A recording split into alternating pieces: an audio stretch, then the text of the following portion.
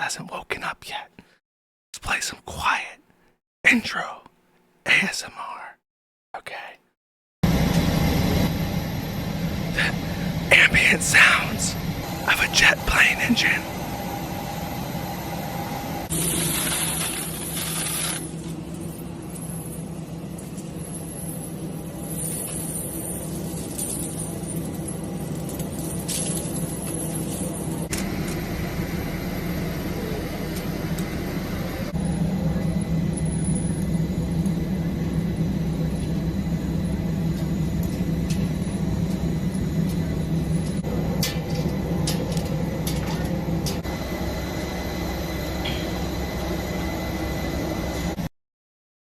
Well, I would say I voted for this, but you know, that doesn't stop me.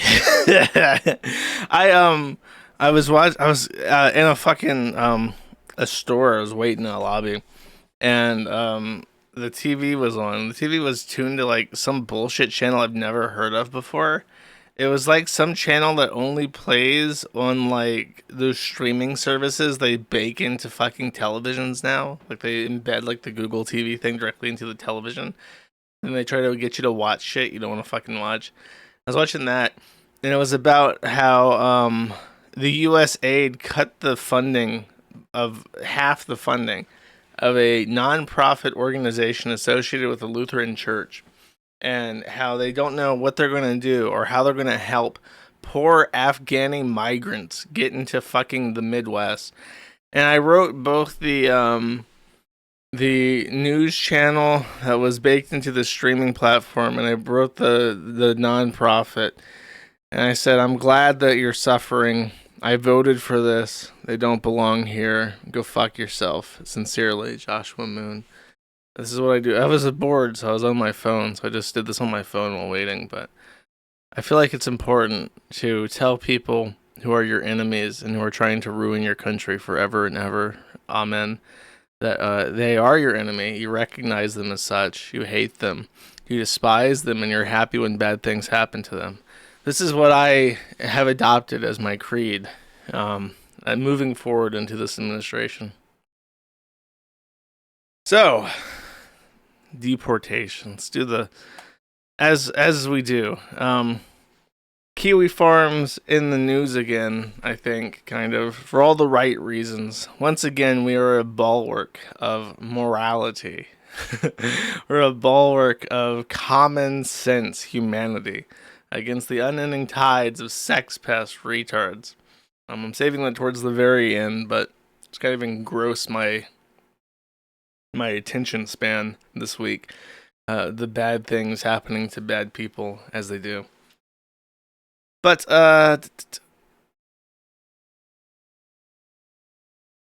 okay, we gotta get rid of all the fucking Afghan. Some guy in chat saying that we moved all the fucking Afghan translators from Afghanistan to the US. They gotta go back. Sorry, just gotta like mass cancel green cards of Afghan.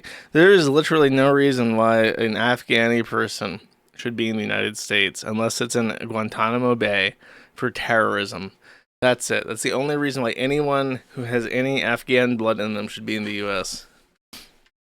Anyways, so let's start with some bad stuff. Now that you're nice and relaxed from a relaxing ASMR video put up by the president at the White House Twitter account, let's watch a video that will probably infuriate you. It's 6:01 on a Tuesday morning, and we were with state police as they raided this apartment in northwest Germany. Hier ist die Polizei, wir mussten bitte mal mit Ihnen reden. Inside, 6 armed officers searched a suspect's home, then seized his laptop. I love that. I love that. I love how cherry she is. Guten Morgen, ich bin Polizei.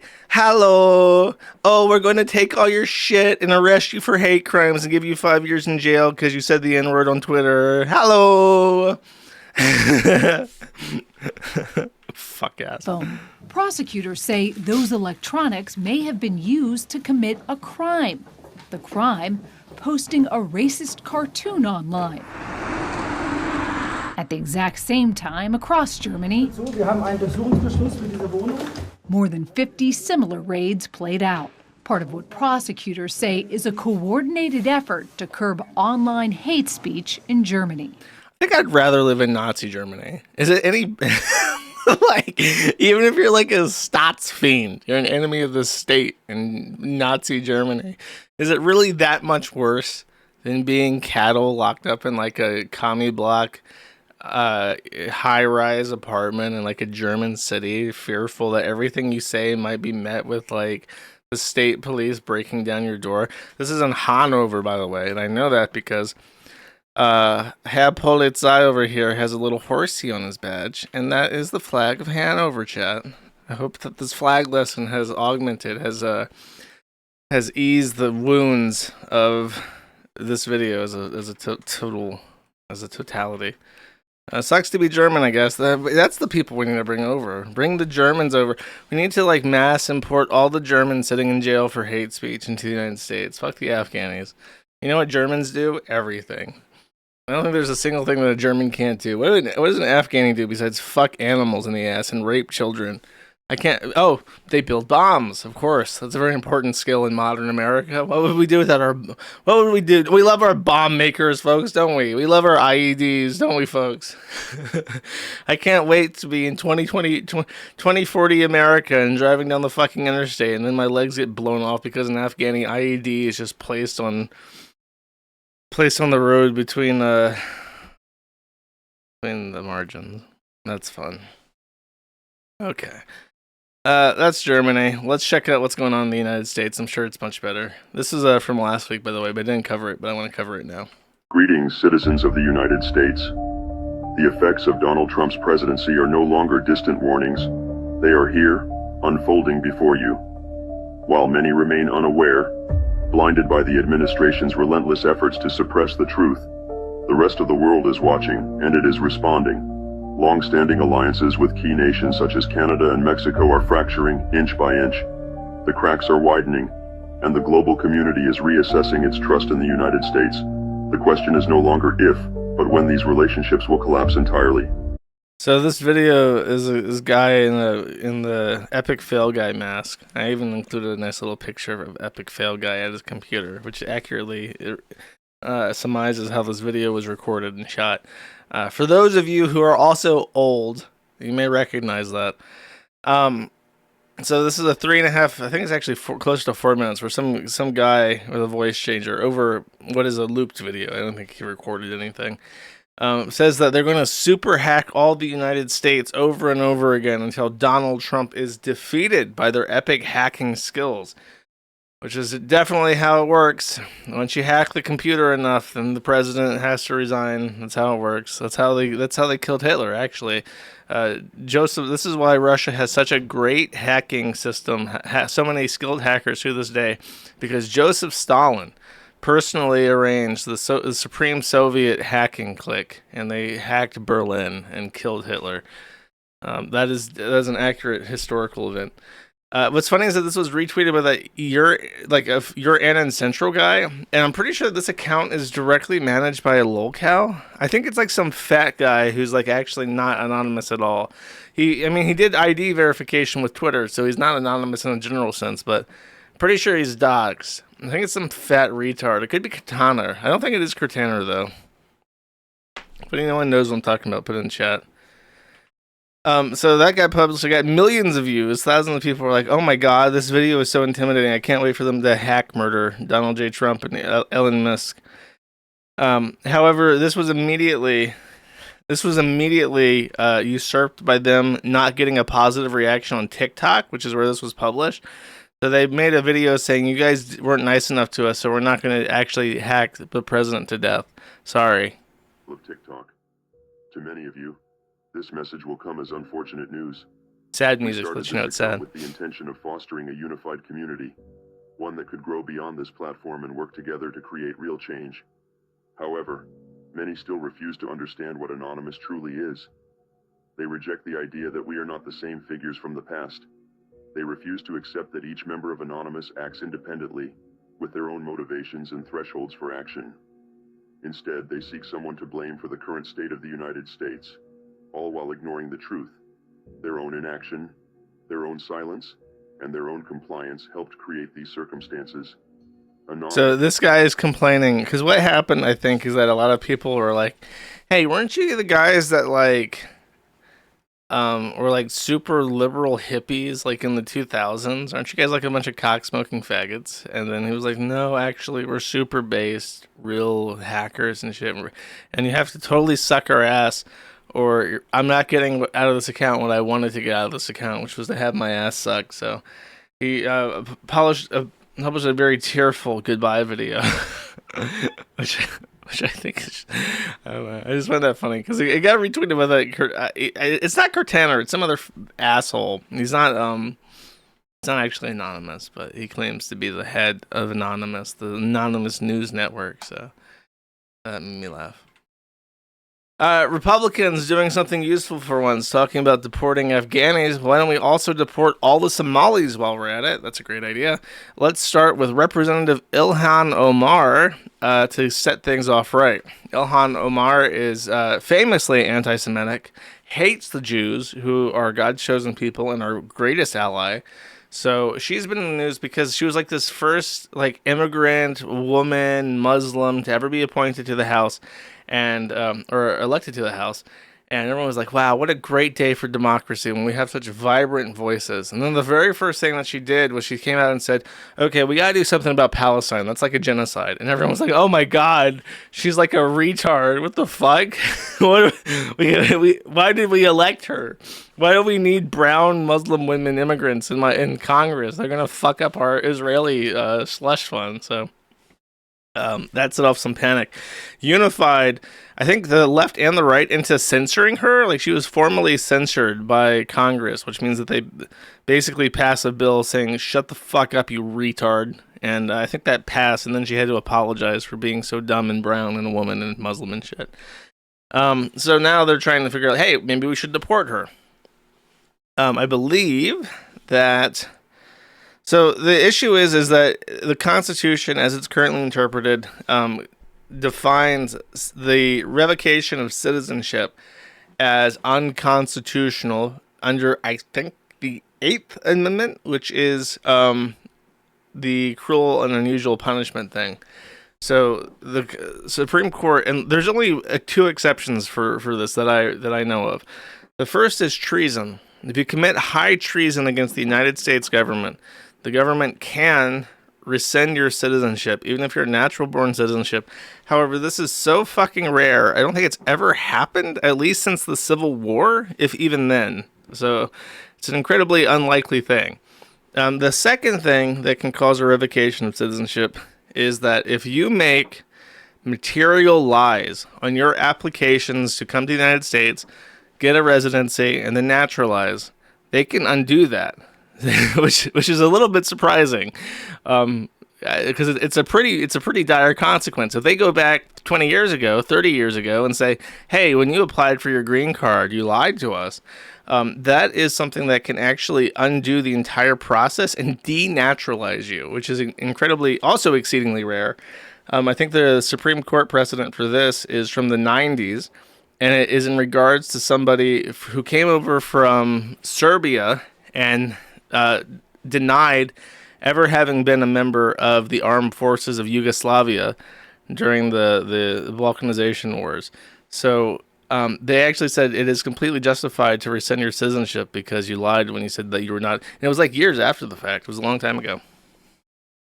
So what they're trying to say is that because what happened is that Ilhan Omar, I think this is true. I've just heard it enough, so I believe it's true. That's how it works. Ilhan Omar married her brother, and this, of course, was always like a meme, like, haha, Muslim incest. However, I think the reality was that she just married him to get him into the United States. So I think they're going to try to say that she made material misrepresentations to abuse the immigration system, and so she can be denaturalized. It's a meme law, but it's very funny. It's funny to think about to me, and I support this wholeheartedly. It's a culture. She... Can't love nobody more than your own brother. Okay, so one of the things that I've not been covering just because I find it mentally exhausting to even think about this. God, it's hot in here. Wait, 1 second, chat. 1 second.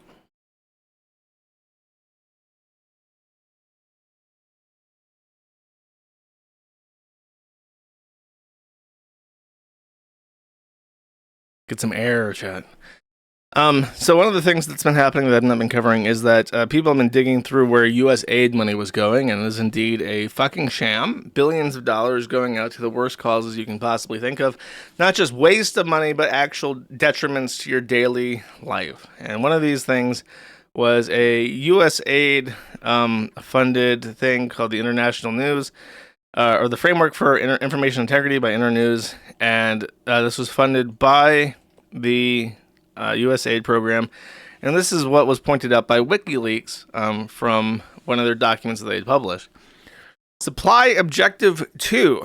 Our work under this objective seeks to make it harder for malign actors to operate by multiplying their resource costs, limiting their reach, and increasing the risk of meaningful repercussions for their actions. Like Liz Fong Jones, who made it more expensive to host the Kiwi Farms, reduced the Kiwi Farms' reach on search engines by using his positions at Google to have us completely blacklisted for a long time, and then increasing the risk of meaningful repercussions for their actions. I guess like suing random fucking people that you know just because they happen to live outside the United States. Something like that. So that seems to be the official position of government-funded NGOs. Okay, the news hamster.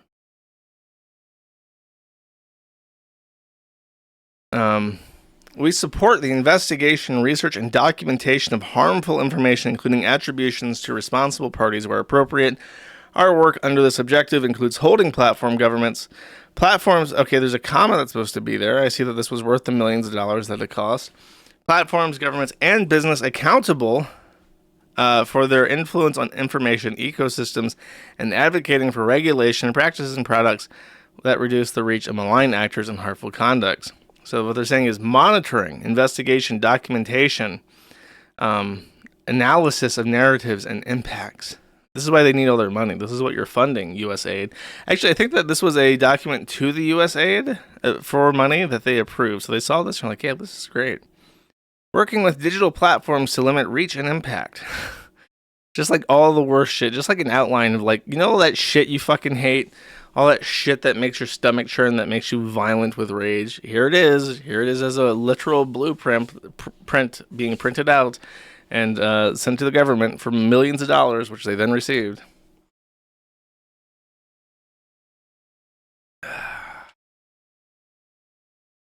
This one is personally gratifying to me. There was a group called 18F, and this was a direct, I believe it was a direct office as a part of the GSA. The GSA is a very strange department of or agency of the government. It is called the General Services Administration and is effectively a hub of bureaucratic shit. You need something printed, you need like a website, you need like an office building. That's the GSA. If you see like a big office building where all the different federal agencies are holed up, that's the GSA. They manage all that shit. They manage the general security. They manage... if you've noticed in the last 10 years, the U.S. government websites have started all looking the same, and that's because they've standardized their approach to building websites, and that's also been done directly by the 18F agency. So the rather nice, actually, government template that they use for .gov websites now was made by this group, which had the tranny faggot flag directly baked into their logo. I think I even talked about this once on stream, but it was this inclusion bot, which I think ended up in a community happenings post at some point because the news talked about it. They wrote a bot for Slack. So directly under the GSA's GitHub account, there was a bot for Slack called the Inclusion Bot. And this is an example of the Inclusion Bot working. This blue-haired troglodyte queer named Charlie Demonstrata, which is the dummy name, but they made sure for the dummy name to include the fictional characters' pronouns to make sure that and Charlie Demonstrata, a fictional character, he, him, in DC, also has a Black Lives Matter Slack icon, because I guess that's the thing. It says, hey guys, just want to let you know this project has been grandfathered into the previous structure. It's a very common thing. You're just saying, like, we're taking this thing that was independent, and we're moving it in to this other project. And grandfathering is like a catch-all term for, like, dealing with old code and shit. However, That is problematic. How so? Well, thankfully we have the inclusion bot here to explain why that's problematic language. Hello, our inclusive TTS culture is built on one interaction at a time, and inclusive language is the foundation. This bot helps us practice our inclusive values here in TTS. Some of your message could be unintentionally non-inclusive. Here are some better alternatives that might work. Instead of saying grandfathered, how about, say, included retroactively? Well, that just rolls right off the fucking tongue. What a great idea. Instead of saying guys, how about folks? How about not? How about trannies? Stop saying the word folks. The only people who should be allowed to say the word folks should be extremely dangerous, unhinged Southerners and their women, the women of the South. Those are the only people who should be allowed to say y'all and folks. Everybody else, I think we should set up like hate speech laws like in Germany. And every time you say folks and you're not from the South, you just get money deducted from your bank account automatically. The one about grandfather in particular is just like preposterous. Is there going to be like a male to female transvestite who also is like a grandfather? And he wants to be called grandmother, and then he sees the word grandfather into the previous structure. He's like, oh, my productivity for the entire week is shot now because I've been so heckin' triggered. Like, what an immense amount of effort expended to cater to somebody who really doesn't even deserve to be around us anymore. To be quite honest with you, it is frankly fucking preposterous. Anyways, I think this is the Daily Wire. Shout out to my boy Ben Shapiro. They removed all of their diversity code of conduct, DEI. Look how many different pages they have. They have like 5 different pages about DEI gay bullshit. I think they changed their logo to be less gay. They deleted their X account entirely. It's because I guess they had so much gay shit on their Twitter account that they were just like, there's no fucking saving this. We gotta burn it all.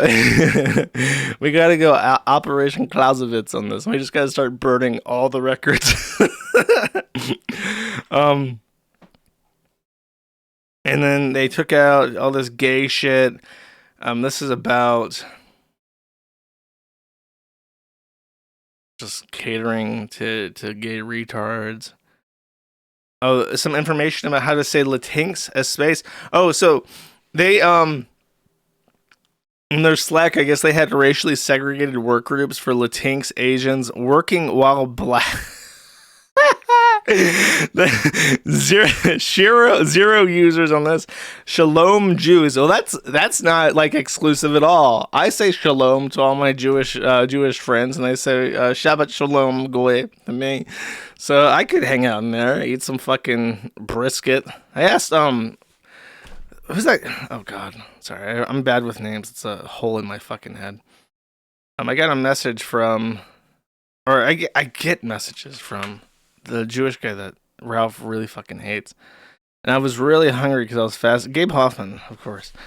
And I was fasting that day, so I was really, really hungry. And he sent me this shit about, what was it? Let me read it out.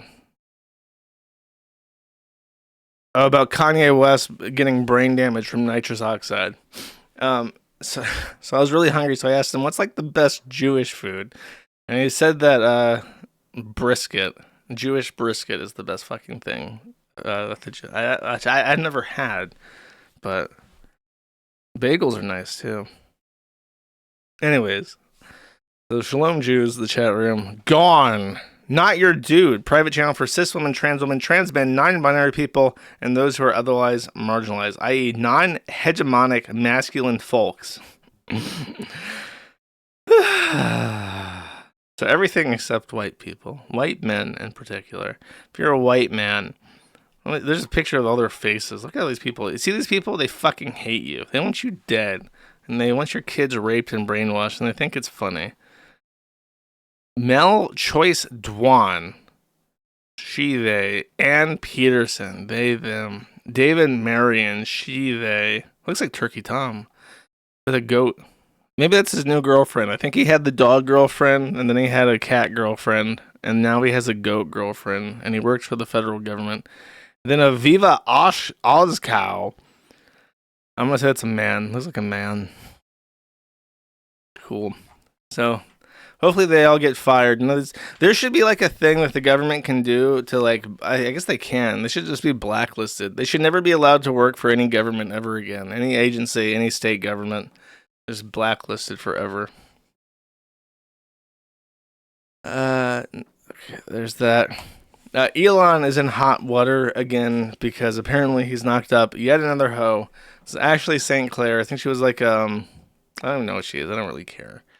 Knocked up a hoe. She pregnant. How do baby get born? Well, apparently Elon Musk sneaks into your room at night with a turkey baster and just squirts it in there. So she's pregnant and she's had the baby already. He's 5 months old. And she wants some child support. Elon Musk is ducking that shit, exercising his spiritual blackness. He may be the richest man in the world, but that don't mean that his money is for free. So she's got to shuck and jive on Twitter for outrage because she slept with this guy thinking that he would take care of her. And I think she's even blocked. Let's see, 26-year-old down-to-earth guy. Yeah, really down-to-earth is Elon Musk.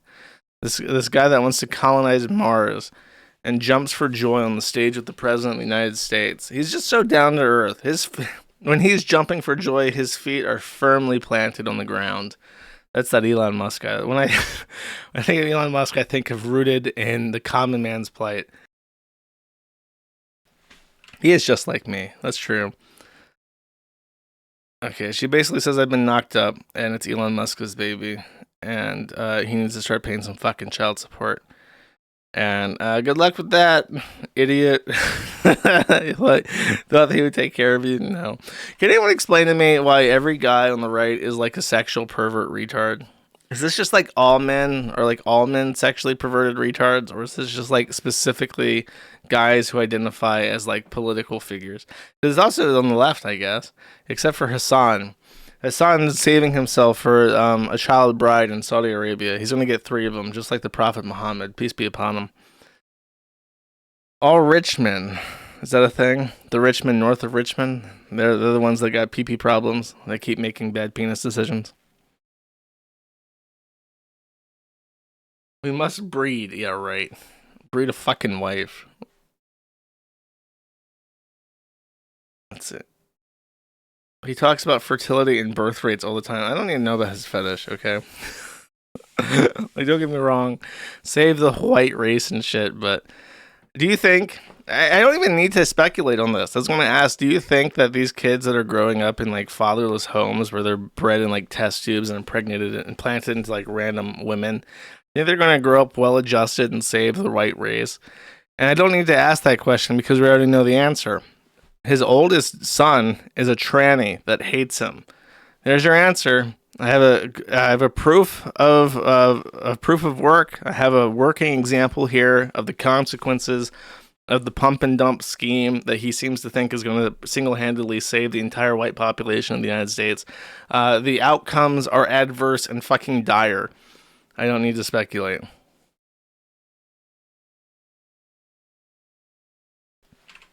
Okay.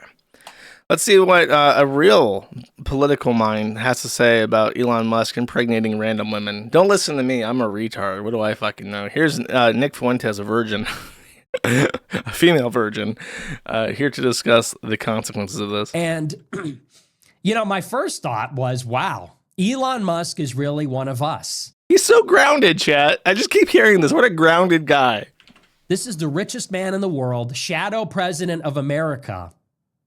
If I'm Elon, I am finding the finest specimen, the finest high school age girls on TikTok, and I am creating a breeding colony. If I'm $500 billion rich and I have the president, I'm buying an island and it is straight up breeding colony. Find me the finest specimens from TikTok, from Instagram. 18 years is the upper limit. That's a joke, of course. That's a joke, of course. As a 26-year-old man, I would have to marry a woman at least age 29 or above, at least. Anything less would be pedophilia. Anything less would be completely inappropriate. It's so funny how people get so angry about shit like that. Like, is it inappropriate for like a 56-year-old man to be knocking up like mid-20s? Yeah, a little bit. Is it inappropriate for like a 30-year-old to talk to an 18-year-old? Like, yeah, kind of, a little bit, at least. I feel like if you abide by the rule, your age divided by 2 plus 7, you will literally never have a problem in your life. It's that easy to avoid consequences.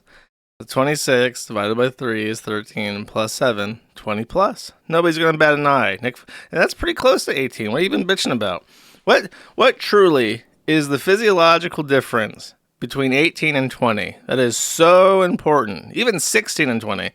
Like, except for the fact that a 20-year-old is less likely to have problems during complications during pregnancy.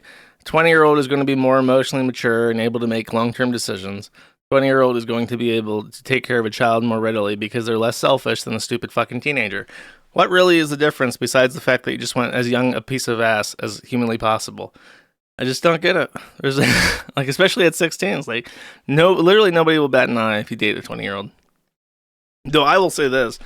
When I was 26, I remember having a realization where it's like, holy shit, like young girls are retarded. And I think I said, just without even thinking of the rule, that anyone under 21 is probably not worth talking to, because how do you relate to somebody who's a teenager? You know, women who are like 16, you know what they're into? They're into like skibbity toilet.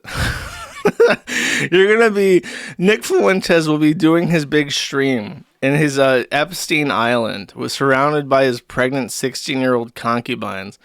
And they're going to be on TikTok watching skibbity toilet videos. And it's like, you have like a generational gap there, sir. Can you relate to these people? Can you really? Okay, a lot of people don't even care. Like, okay, I don't want to relate to women. I just want to bust nuts. And I want bitches to take care of my house and my babies. And then you're like, okay, can you even tolerate the presence of a 16-year-old girl watching her skibbity toilet videos on TikTok?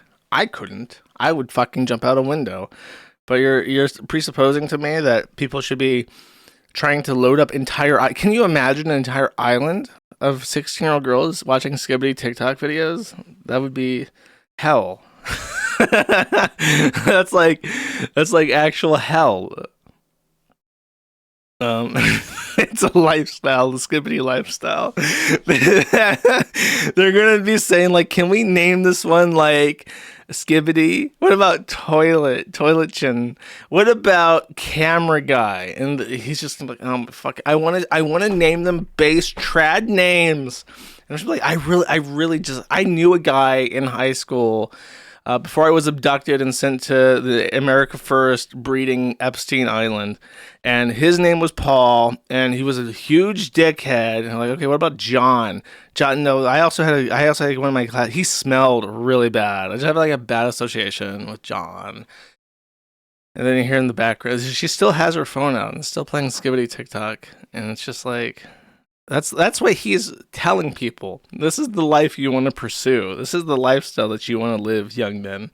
This is what you want your resources going to. Look, your age divided by 2 plus 7. You're not gonna fucking. You'll fare much better, I think. My speculations.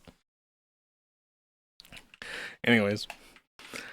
Trump has done a complete 180 on American foreign policy towards Ukraine and has said, I will read this. Think of it, a modestly successful comedian, Volodymyr Zelensky, talking to the United States of America into spending $350 billion to go into a war that cannot be won, that never had to start, but the war that he, without the U.S. and Trump, in all caps and quotation marks for some reason, will never be able to settle. The United States has spent $200 billion more than Europe, and Europe's money is guaranteed, while the United States will get nothing back. Why didn't sleepy Joe Biden demand equalization, and that this war is far more important to Europe than it is to us? We have a big, beautiful ocean. The Atlantic Ocean. I like to imagine that Donald Trump, at his Mar-a-Lago chorus, will sometimes go east to the ocean, the Atlantic Ocean, and he'll sit out there and think, thousands of miles away, there is Europe, and thank God that this big, beautiful ocean sits here between us, because fuck them. That's what he's saying to me when I read this sentence. On top of this, Zelensky admits that half of the money we sent him is missing. He refuses to have elections, is very low in Ukrainian polls, and the only thing that he was good at was playing Biden like a fiddle. A dictator without elections, Zelensky better move fast or he's not going to have a country left. In the meantime, we are successfully negotiating into the war with Russia, something I'll admit only Trump, in quotes again, and the Trump administration can do. Biden never tried. Europe has failed to bring peace, and Zelensky probably wants to keep the gravy train going. I love Ukraine, but Zelensky has done a terrible job. His country is shattered, and millions have died unnecessarily. And so it continues. From what I understand, Trump is trying to get Zelensky to agree to territorial secessions to Russia. And then something about paying him back, and then also something about like 100,000 non-NATO European Union police force on the border with Russia. Which I don't know. I don't think that will happen. I really don't have an educated perspective on this. I can understand not wanting to give up any land to Russia, but the issue is that, from my understanding, Ukraine is like out of bodies.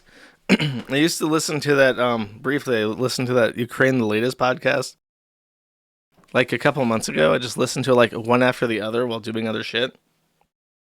And for the one thing that really stands out to me is how every single person that was associated with the Ukrainian military was talking about how terrible the recruitment crisis was. They were like giving tips on how to like fly overseas and join them. So I think they're running out of bodies, and it's a really bad idea to kill all your men. But I guess once they're a part of the European Union, they can just import 50 million Somalis or whatever the fuck and solve that issue once and for all. Kind of a horrific war. I'm really not a big fan of it. I'm not a supporter. Like, all Russia has done is kill millions of Slavic people for a piece of land, I guess. I guess it's really important land. I guess if I say they're all dying for like this fucking piece of shit Eastern Ukraine, people will be like, Josh, don't you know that the soil in eastern Ukraine is black and rich with volcanic soot and is one of the most prosperous bread-bearing regions of the entire world? Don't you know that it's like, it used to be a part of Tsarist Russia and it's rightful Russian clay? It's not just a piece of land. What if Mexico took New Mexico? Would you just say it's just sand then, Josh? Like, I don't know. How many millions of white men is New Mexico worth? I'm going to give it to you for real. Not one. I think if Mexico took like Southern California and New Mexico and maybe even Arizona and then a lot of like Southern Texas, we'll call it fair. We'll call it even. You can have it back. You know how many billions in deportations that saves us? All the white ones can come back to the U.S. though. The Mexicans can fuck off.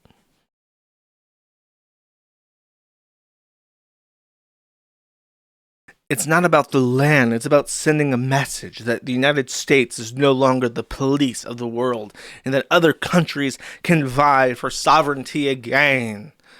Millions of whiteys dead. Don't like it. We can justify it all you want in all the roundabout ways you want. I just don't like it, Joe.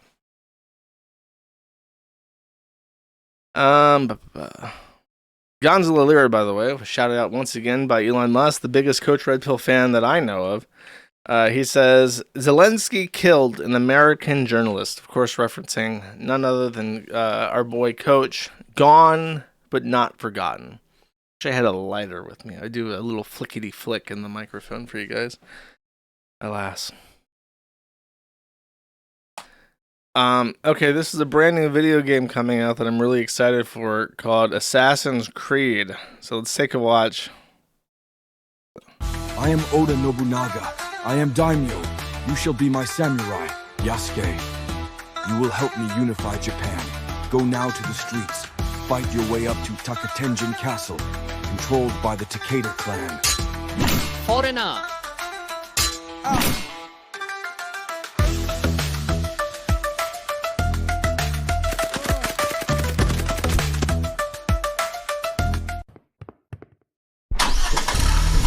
For the Takeda clan!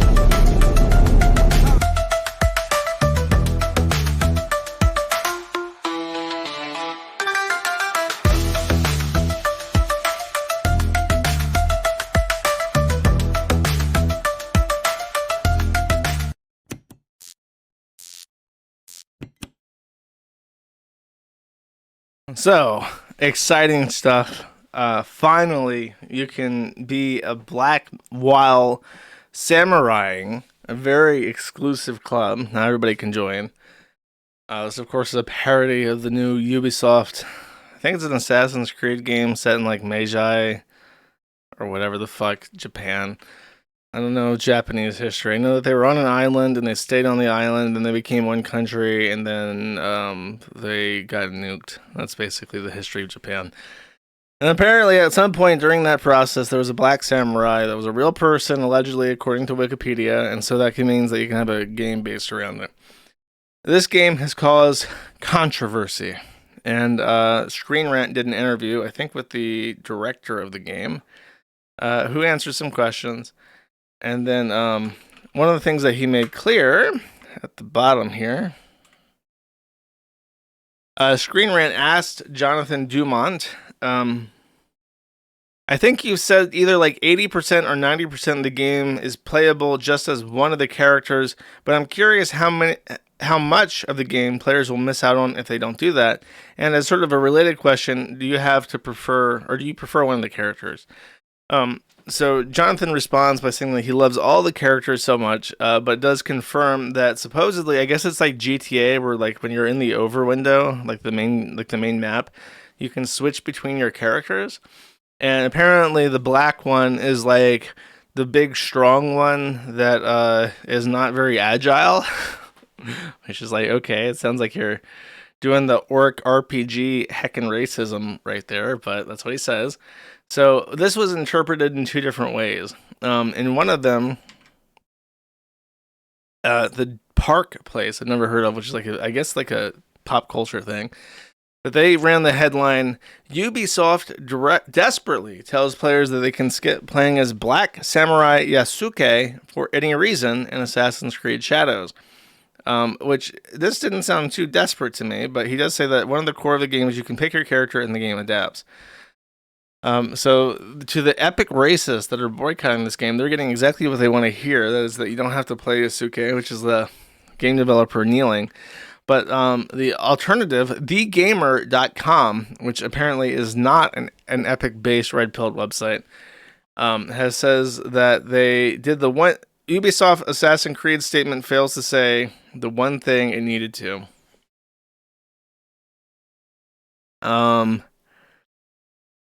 It says here's the core problem with the statement. It doesn't say racism is bad.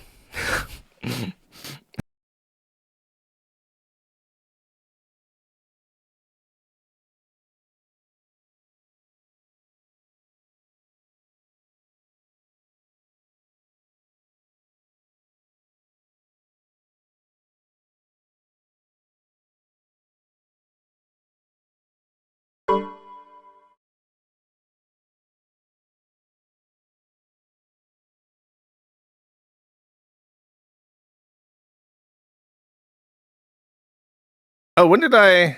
Oh, I muted the wrong thing. I meant to shrink it and then do this. Okay, so then we do... Bam. Okay, and then we do Ubisoft, and then we do... I need like a big letter here. That's white. Oh, I don't want the white background. Does this not have the white... Oh, there we go. Just like how I remember it. Bump this up to 72. Okay.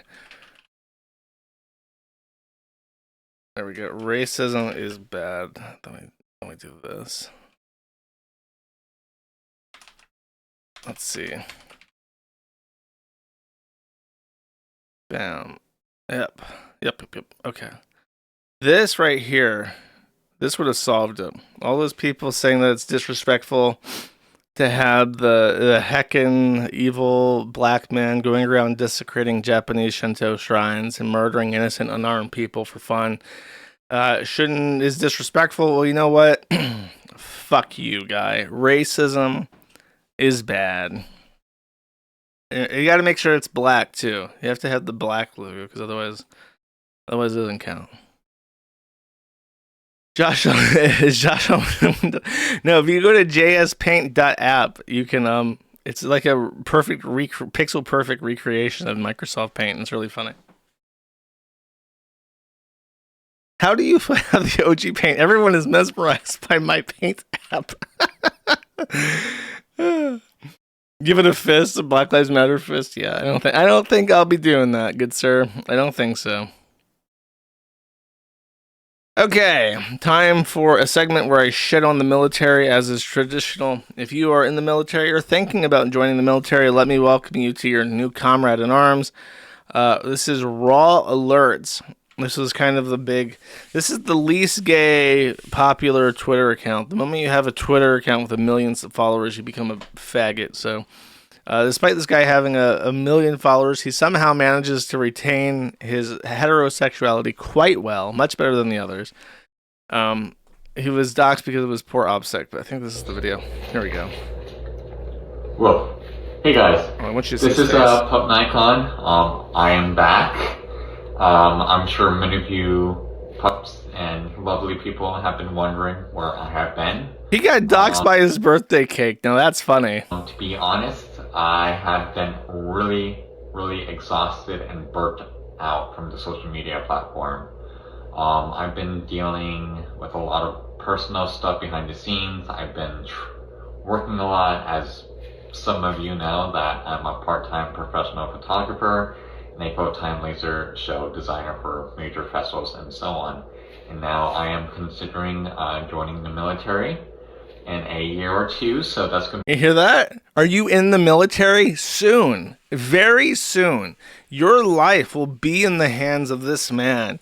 You'll be getting shot at by Mexican cartels, and you'll be bleeding out, and you're like, oh, fuck. My buddy's here. He's going to get me out. And then you're looking up at the hot Tijuana sun. And then you see the pup mask block it out. And he's like, woof, woof. Don't worry. I'll get you out. It'll be great. And then he just starts he uses his mouth and bites into your the camos on your shoulders and just starts dragging you and just starts dragging you through the hot sand and don't worry, it'll be fine. It'll be fine. You'll survive. He'll lick your wounds. You know, his tongue has antibiotics in it, so he'll lick your wounds for you. And then he'll go and just drag you over to the base and save your life. be really exciting. Thank you for your service. To give you a update, I am thinking of coming back to this platform. The reason why I took a much long needed break was because I've been super exhausted, very burnt out after my account was getting spammed with Instagram emails saying your account is at risk of being suspended. I don't know if... Oh, there's nothing else funny in this. It's just him being gay. Semper Fidelis to all our armed Twitterers. Small update on Kathy, Dr. Kathy, also known as the Butcher of Ardmore, one of the most prolific and horrific sexual reassignment surgery surgeons out there. If you have never seen Dr. Kathy Rumor's thread on the Kiwi Farms, it's actually one of our most popular threads outside of the Kiwi Farms. Many normal people visited this thread and witnessed the photographic work of Dr. Kathy on the Kiwi Farms. A lot of those were pulled directly off of transgender subreddits talking about their experiences getting the sexual reassignment surgery, and there were a lot of horror stories. A lot of horror stories, not just in terms of what the final product looked like, because they looked terrible, even worse than a well-performed surgery, even though those also look terrible. They looked visibly not like anything you've ever seen. They're just cavities in the crotch. They get infected. They have to slap new skin on it because the skin graft doesn't take. Really just a nightmare. And then at the end of it, they're like, okay, well, I have this fake hole that doesn't work as a vagina. And I'm in constant pain. I need pain pills for the rest of my life. And my surgeon was Dr. Kathy. So Dr. Kathy is selling his multiple mansions, and nobody knows where he's going. The speculation is that now the tides have turned, and there are some thoughts that doctors who have performed these surgeries should be held accountable for their actions. That Dr. Kathy is suing his or selling everything that he owns and moving out of the country. So he might go to some place like Thailand, and having a couple $1 million in a place like Thailand is going to last you a long, long time. So that seems to be what's going on with the butcher of Ardmore. Blame to Israel. He's in good company. I did a thing last week about the Zizians, the people that were obsessed with the AI apocalypse. They had murdered a bunch of people, and I think in the time since they've murdered another person, they issued like a fatwa on a landlord that they had rented from at some point, I think. After murdering them, the FBI got really serious about it. They sent out hundreds of police officers to scour the area and find and hunt them down. And they were arrested in Maryland, not by the FBI, from my understanding, Maryland police, because they had unlawful firearms on them when they got pulled over in their car. This is their mugshots. Beautiful women, as you can tell. And I think that there was a news story about this. I'm not going to be able to find. But from my understanding, in the preliminary, their first court appointment that they had, they told the judge. One of them told the judge that if he doesn't get vegan food in jail, he's going to die of starvation. And then also when they were getting arrested, apparently one had like a full-blown autistic meltdown because he was being arrested for murder by a Maryland cop. So Maryland, that's right, Maryland, the land of Mary, Queen Mary. Sucks to be them. Shout out to our boys in Maryland for tracking down the true murderers. Good job, boys. Even Maryland is like dead naming them. Jack has been filed as a man in man's jail. What about the other one? Did the other one not get filed as a man? Ooh. Even in Maryland, bro, nature is healing. They got that black bailiff. That black bailiff, like, fuck you. You're going to a man's prison, man. I ain't need no fucking spiffy vegan tranny prison. Not in Maryland. We ain't got the budget for that shit. We broke. We broke, boy. This is the article. One of the state troopers named in court as Brandon Jeffries, shout out to our boy Brandon, approached one of the box trucks and saw a person later identified as Daniel Blank. I think his is the mugshot that was just down there. No, that's Jaco. I don't even know where they got that one. They must have gotten a better mugshot of him the day after or something. Sitting in the passenger seat, Jeffries ordered Blank to show their hands, the filing reads, and Blank advised that he had a learning disability and did not understand what I was saying. Inside the other box truck, state police troopers found Jaco and Lesota, according to the charging documents, dressed in all black, wearing gun belts with ammunition. Very suspicious. Jeffries told Jaco and Lesota to exit the truck in a process that was delayed because they were being told too many commands and were not cooperating. The troopers wrote in the filing, the female was crying, saying not to kill her. I don't know who that refers to. According to Jeffrey's account, Jaco repeatedly refused to put her hands behind her. Okay, so it is referring to the fucking gross tranny. That's her, the female. Taken down to the ground. That's called a decentralization, actually, is when you're taken down by controlled takedowns. Decentralization. Before she was arrested, state police found a Sig Sauer and Jaco's front waistband. And then during the hearing said, I need the jail to be ordered to have a vegan diet. It's more important than whatever this hearing is. I'm sure that Baltimore really appreciated being told to make vegan food for a gross tranny murderer. I'm sure they really, really appreciate that. And that's it for tranny stuff. Delightful. I noticed that the tranny news segments have been going down over time because trannies are being deported to hell by Donald J. Trump. Thank you, Donald Trump, for your service. God bless.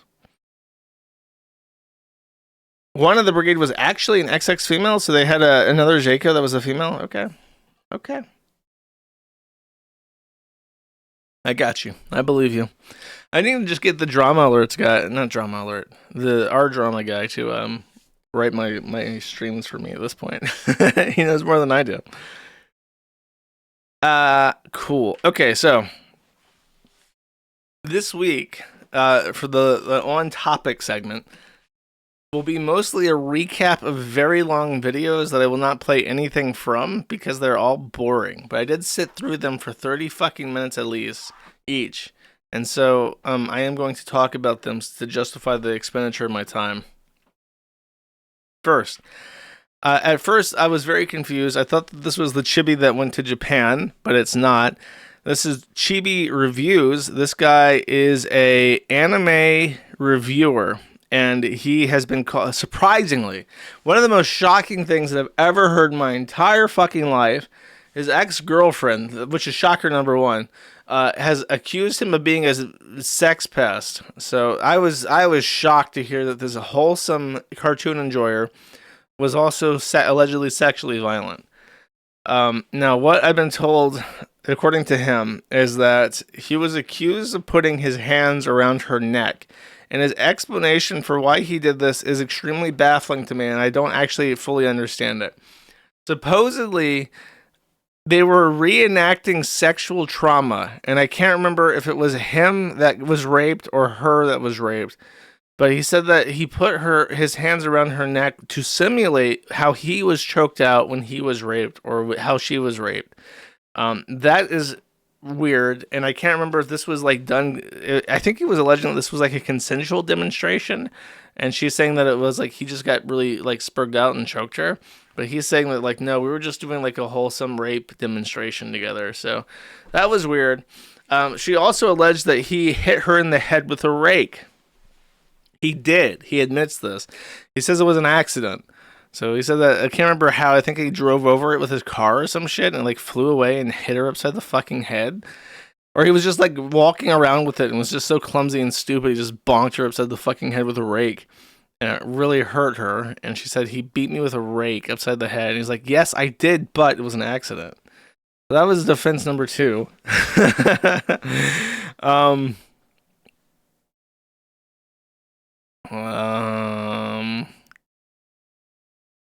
Let's just read what this guy wrote. Happened 2+ years ago.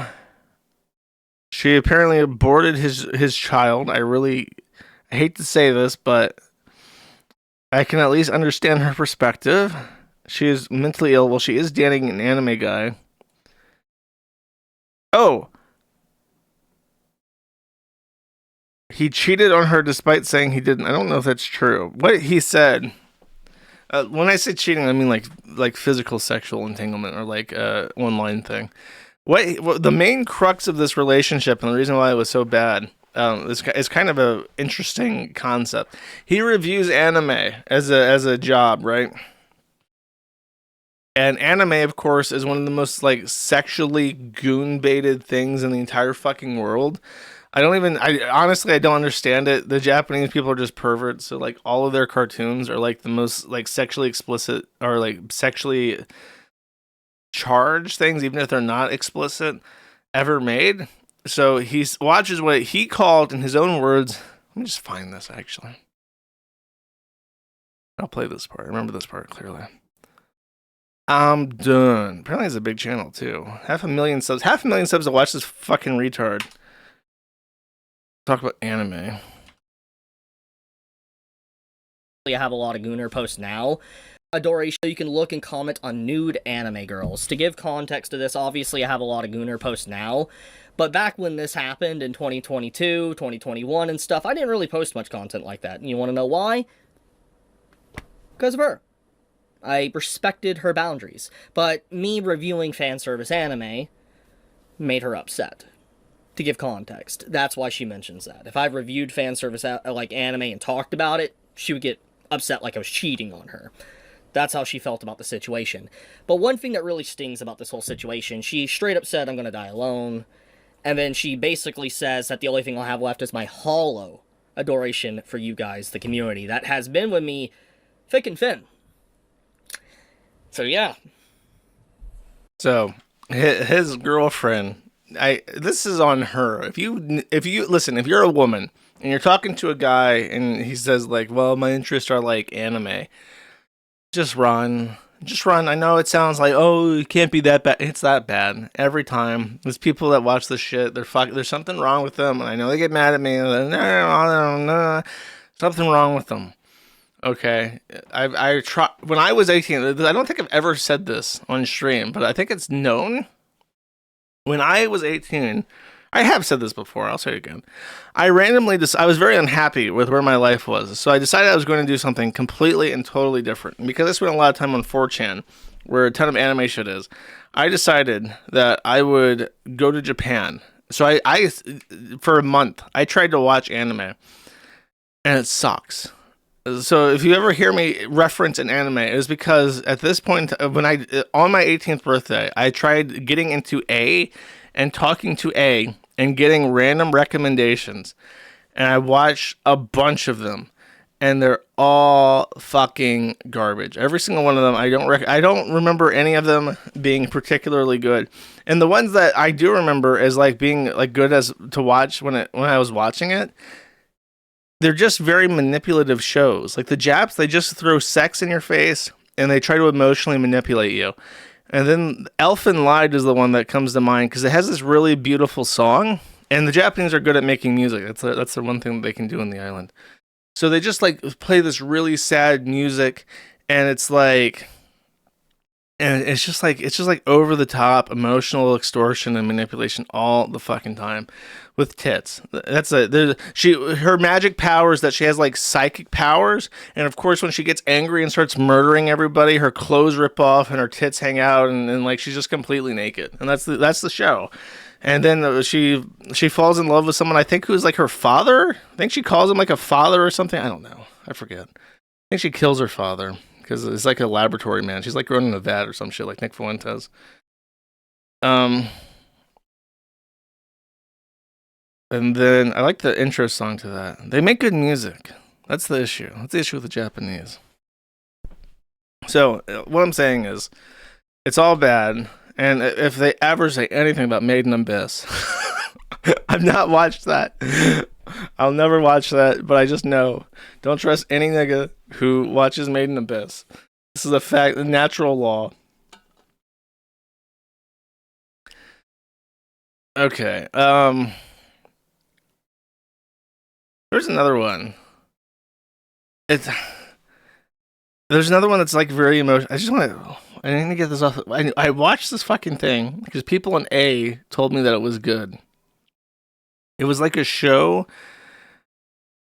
Oh, I remember. Okay, hold up. I remember the song. Clanad. It's a song, and this is peak emotional manipulation.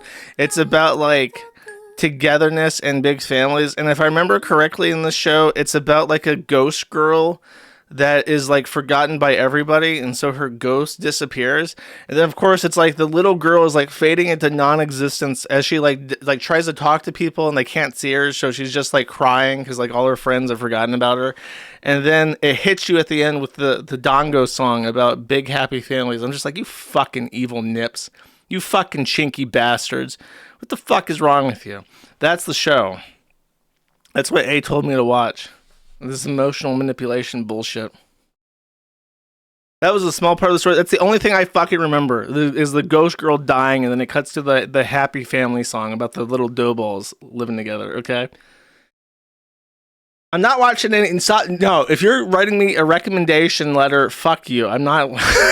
I'm not watching this.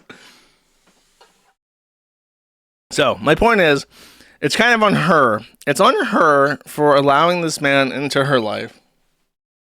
I do blame her. I think that the shovel or rake was a good wake-up call about the anime question. She's probably firmly on my team. But yeah, in general, I think a woman would have issue with you watching like explicitly pornographic fan service animes. Not surprised. Men will one day have to make a difficult decision between their fan service anime and a woman worth a shit, and many of them will fail. Next, Bossman Jack. Bossman Jack has relapsed on weed and is looking quite rough. It's really sad to see, actually. What's up? So, the reason this is BradTaste in music. He just looks completely disheveled and looks a lot like Bossman Jack. What's really funny, by the way, this is a video basically saying that his life is ruined because he is like a marijuana addict and he was hanging out with musicians because he's a music guy and they all wanted to smoke some dank ganja herb. So he said, okay, I want to be cool. So he smoked the dank herb and then got back into it. And then his wife left him, and I think they had a dog or something, and she took the dog, and now his life is ruined, and he stopped making videos, so he's really sad about it. That's the summary of the video. However, since I have nothing to say about this, and I don't really care, I would like to point out that there is an album right here. I don't know if you can see my mouse, but I'm circling it. In the background, immediately to his right, behind him, over the blue cup, that is an album I am very familiar with. That is Swans by the Seer. It has a very cool album cover, I will admit that. I have played one of their songs on stream before, and this is such a vivid memory for me that I'm going to play it again. I'm going to play my own stream because his album in the background reminded me of the time I played this. And quite frankly, I think it's one of the best moments ever on the stream. So this is from the Kevin Gibes in the Trance video. And what happened is that I wanted to show you the people something of Kevin Gibes, something personal that I couldn't show on stream. So I decided that what I would do is I would play some music and allow people to type in a URL if they so choose and look at the video themselves. So this is halfway through that, and just read the chat on the right side.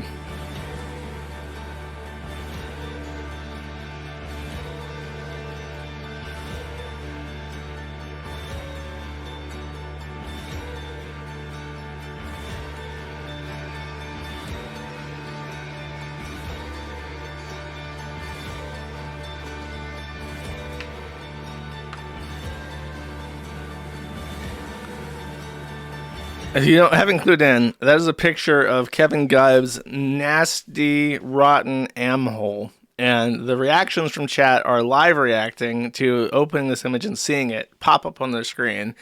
And the music, of course, is Lunacy by the Seer, which is on that precise album that he has in the back of his room. So, hey, maybe give me a second. Maybe we can set this up here. Set up a little keynote, as it were. Oh, yeah.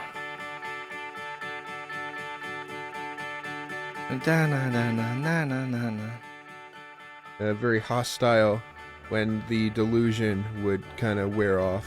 So that, of course, was a complete facade that did not go well. Destructible, and like I knew what I was doing all the time, and that I felt like I was grounded to the world, and that things were interesting, and you know, that everything made sense. This, of course, was a complete facade that did not go well whenever it wore off, and I would usually become. We need to skip to the part where they start singing. It's like 2 minutes in, I think. Yeah, here we go. I'm talking more. Watch this nice video. The delusion would kind of wear off, so that was pretty much what it did for me. I'd like to bring you back to a moment. I remember it was about the beginning of last year, maybe a little bit earlier. I was on stream and I broke down crying. Happy tears. Because everything had been going well for me. It had been a long time since I had been, on weed, and I was like, I was feeling good. You have to wait for the chant. Wow, I'm listening to music and I'm enjoying it on stream. I have a family. I have these 2 dogs that I love very much, and I have a fiance. My dog is barking. Lunacy. Dog. I had a fiance who I loved, who loved me, and I thought things were going very. This is also a good part. Hold on. This.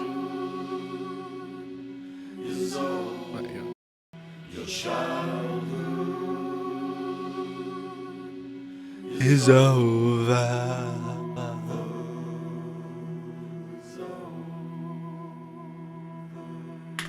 Tragic, chat. I do like this song though.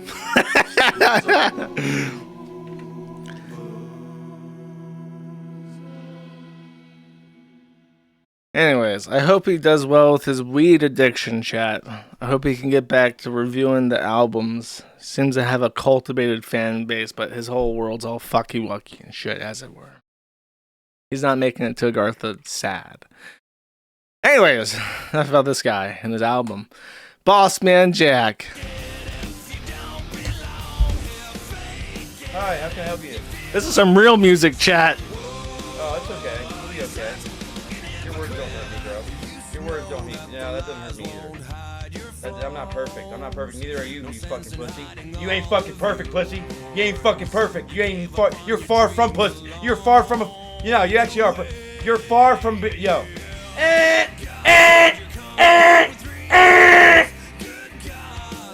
What happened? You got quiet, buddy.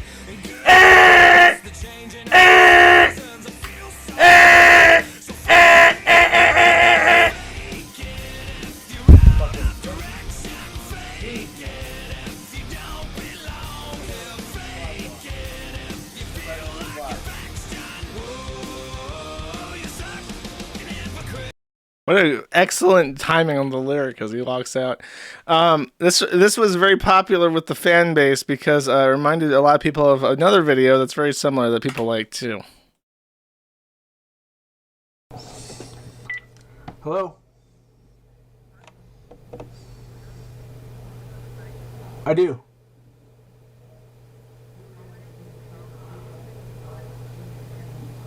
My parents live here. I didn't really have a choice.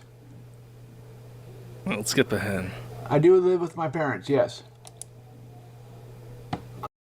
God comes from... eliminate that. They've been changing the wording. Go to the King James. You have to get the King James. It says it has an oracle, okay? The new Bibles, they don't have that wording. They're trying to erase it.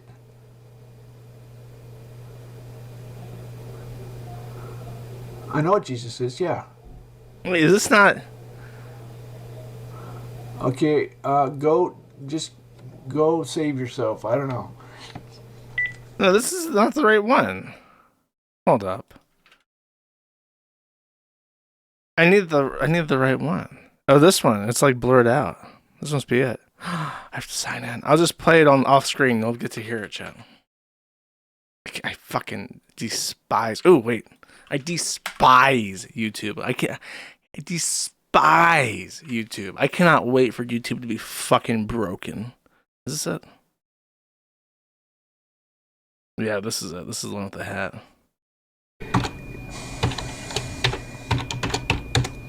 Sitting in my... Oh, fuck. Hello?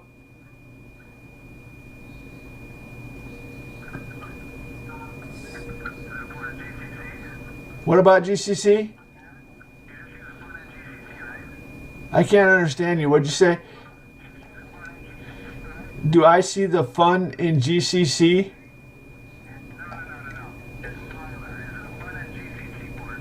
Hell no, I'm a white man. I wrote my own fucking compiler. I'm not a nigger like Linus. I'm a professional. I started at Ticketmaster in 1990 and we wrote a compiler. The difference in a professional and amateur... The difference between an amateur and a professional is you write your own compiler, okay? I have a 20,000 line divine intellect compiler that operates just in time and ahead of time. You seem to be in denial. Why don't you fucking download my 2 meg? You can download my 2 meg distribution that has all the source code on it, and you can compile with my fucking compiler. You're a nigger. You're a fucking nigger. Fucking nigger. That's how I end half of my phone calls these days. So, very frustrating time to be me. Anyways, back to Bossman Jack. He decided to cook. They have this all in an 11-minute long video, and I kind of want to watch it. Can I watch an 11-minute long video with you guys of Bossman Jack cooking? He used to do cooking videos, chat. You know what? Fuck it. Let's watch Bossman Jack cook. Cook the steak up, guys. I'll skip ahead. Right, okay, he's cooking steak, chat. I've not watched this yet. Let's cook. I'm so excited. Cooking's good, right? Here, let's just cook the Cooking's good, chat. Cook the whole thing. Almost looks like there's plastic on this side. That's just the ice. Interesting. Whatever. Dude, it looks like there's plastic on here. Should I eat the steak? Should I eat it, chat? Butter, oh yeah, butter and garlic. Yeah. Okay, let's skip. Yeah, it's frozen. I just want to see it cooking. He's microwaving it? What the fuck? Is there something that's... Yeah. Hold on. Anyways, okay, let's butter the pan up. How do I defrost? How do I do this? How do I do this? Oh, here we go. Cheers. Whoa. Frost. So he's using the defrost option you use for a frozen meal for a steak. Is that what's happening here? Dude. Yeah. I don't know. No, don't defrost it. They're begging him. Guys. Okay, what's going on? No, he said not to defrost it. Put it in some water. Man, I'm so glad I'm okay, guys. That's all I know. I'm very happy about that. All right. Okay, let's get a bowl here. Is that Wagyu? I wish. I've never had that before. I heard that's the best cut of steak. I don't know what it is actually. It's beef broil. Is that even steak? Beef broil? Yeah, let's cook. Is it a steak? Whatever it is. It looks like a steak to me. Is it a pot roast? It looks like a steak. I don't know, either way. Fry it up, dude. It's frozen in the inside. Wait, so did it wait, I'm so confused. So he microwaved it for just a second and then pulled it out and is now pan frying it? Is that what's happening? So he was going to, but then someone stopped him. Will it be able to cook properly? Might take longer. Okay. Low and slow, yeah. Low and slow. When does he go back to jail? Never. Well, this thing He's the fastest of the stream forever. So that means that would be low. That's good, right? Right? On high? No, I think you do low on here. You're burning outside. Yeah, I can see that meat. You see the meat. Okay, why is he using the fridge again? Shows the steak. Yeah. Check it out. It's looking good. What the fuck? Is it? Should I eat this?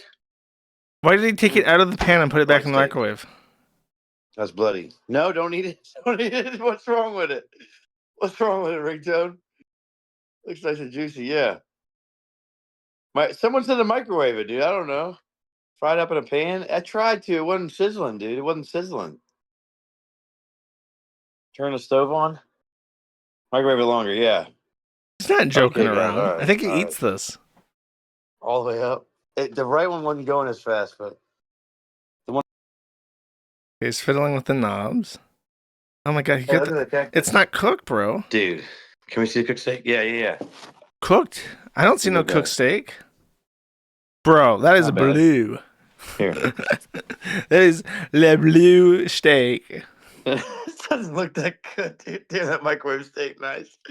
I don't know, man. I'm still gonna eat it, bro. I'm still gonna eat it. Okay, we're good. All right, let's see this beauty bite. In jail, guys, was that I need to bring someone on stage, maybe. I feel this isn't it, guys. That's really raw. It is. That's all right. That's all right. Cook it more? Cook it more or no? Bro, don't eat that. It's got like... Raw is safe? I would. Can you even chew it? I wouldn't. Obviously, you can. Ramen. He's eating it. Let's fry it. I need something hotter. Thank you, War. He's going back to cook it. He's now got chunks of it missing that he ate. So is everything... Maybe the steak isn't good. Bro, you microwaved it. Turn the stove off? Why? It's not doing anything, is it? What the hell? I have water in this pan. Are you testing us? No. Dirty stream. Tip it out, yeah. Okay. Some butter on there. Put a big old slab in there.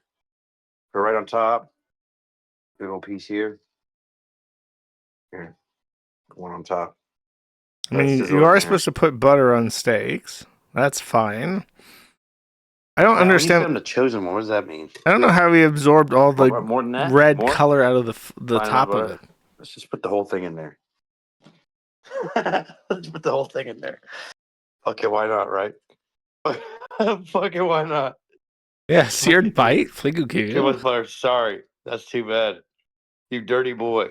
You dirty boy. I get it. I get it. I get it. I don't know. It scares me though too. Oh, Montreal. Here we go. Montreal chicken.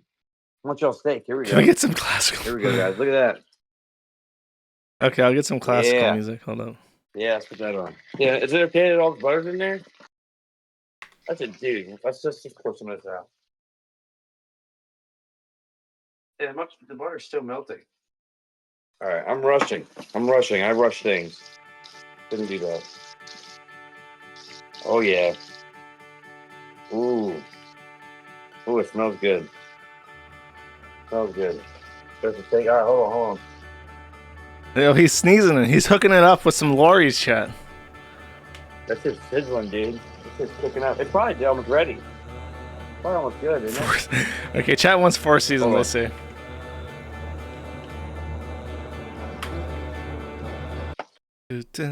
Oh, it's looking good now, dude. Oh yeah. There we go. It's looking good. Yeah, look. What the fuck? How do you even get a steak? I mean, I guess it's a little bit fried. It's just so weird because it's like you have brown and then dark red and then pink and then there's like shit all over the fucking place. Looking good now, huh? Looking good now. Goddamn. Now we cooking. Yeah, a little better. Okay. Am I a tough guy? I don't know, man. No, I'm a nice guy. It's just more like steak salt, I guess. The way I walk, even I try to walk like I'm like tough and shit.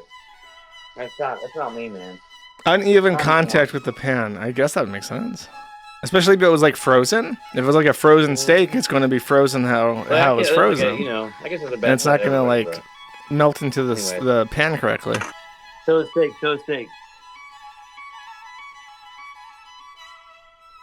I've never seen a steak look like that.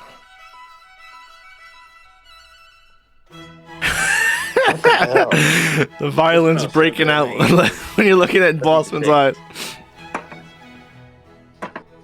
Steak. Or should I not eat steak? Okay. You just cooked it! With Steak's name, the gambling site, is that connected somehow with the food? No.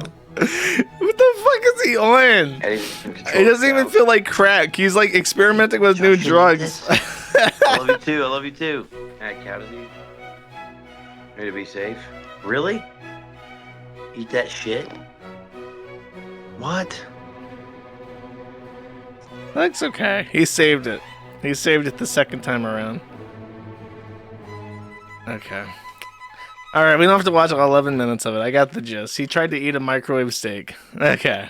I understand, chat. The butter boy, the butter on the steak. Awesome. Okay, the other big kind of thing was the Dark Side Phil interview with some channel called Truth Seekers. This was a complete and total waste of my fucking time. It was literally a complete carbon copy repeat of the first one with this side scroller thing. Same questions. The issue is that Dark Side Phil's like lolcaldom is like firmly established. His lore is firmly established. It's all been explored like as much as humanly possible. The people that got him the closest to being new and adventurous were PPP, and all the fucking A-logs hated them because they would like hype him up a little bit, and that's like all it took for them to like completely lose their fucking mind. So in this like 5-hour long video, you will learn literally nothing about Darkside Phil. The only reason why anyone cared is that it got him worked up a little bit, and he made like another like 30-minute long like decompression stream that was him like coping about it. So the A-logs like that, but the video itself has absolutely no remarkable information whatsoever. Next, Patrick Tomlinson has received a little bit of mainstream coverage because he decided to skeet. I think that's what you call it on the Blue Sky. They skeeted out. Why do we only shoot the good Kennedys? To which Jake's master plan skeets in reply, even as a joke, this isn't okay. He says, who said it was a joke? And then there's a bonus. I want to see this. He's writing about Leslie, that woman from the Sci-Fi Authors Club. Leslie Varney says, morning report, overcast Friday with light snow, kittens chasing each other, blah, blah, blah. And thrilled to know that Patrick Tomlinson will never get the win he chases at the expense of everything and everyone else.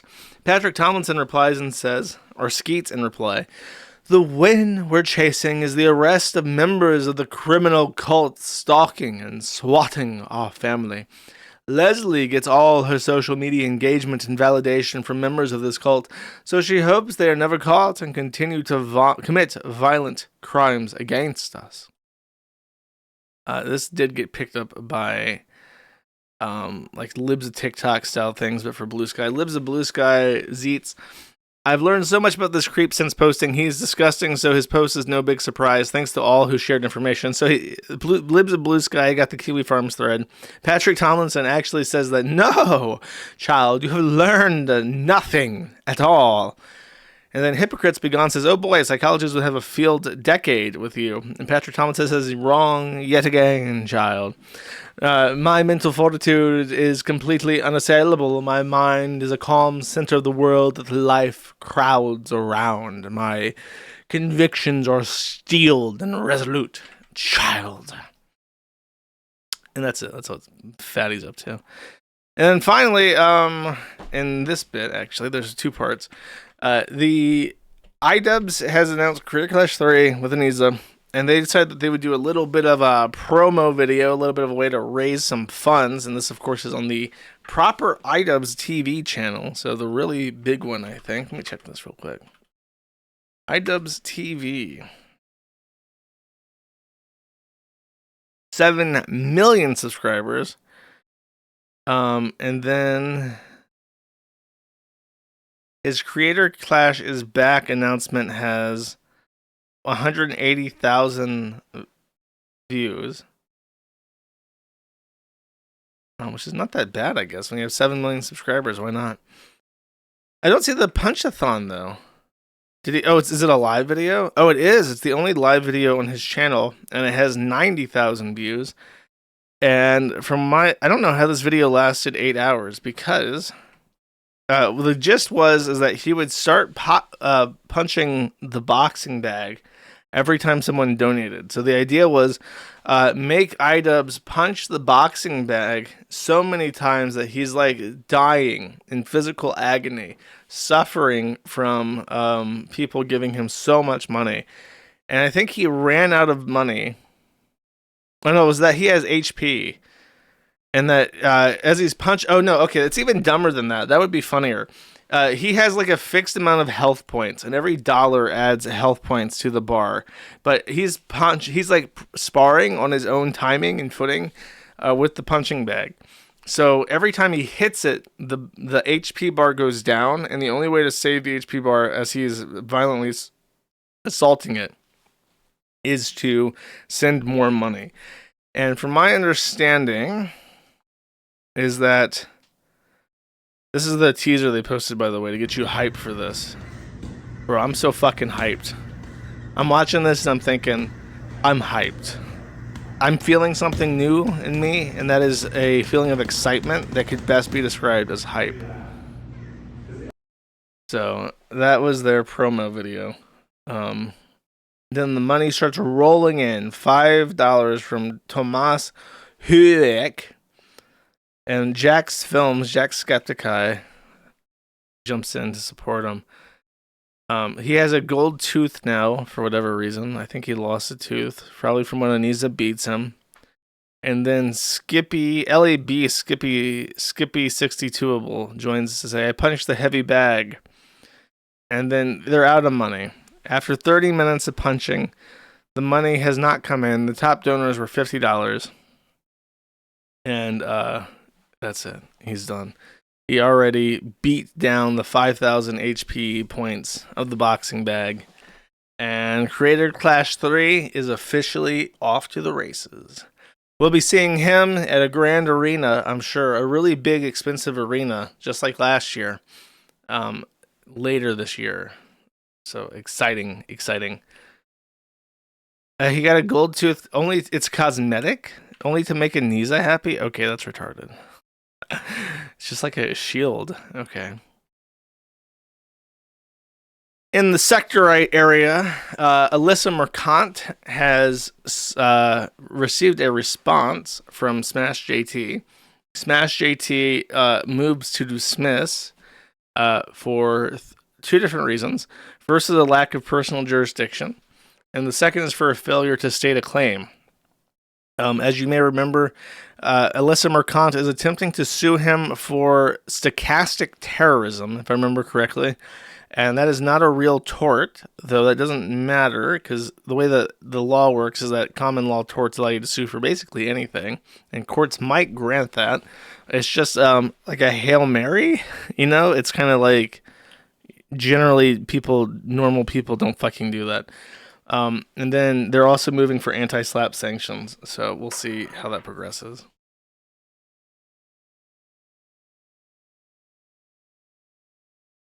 I have another Fuentes clip.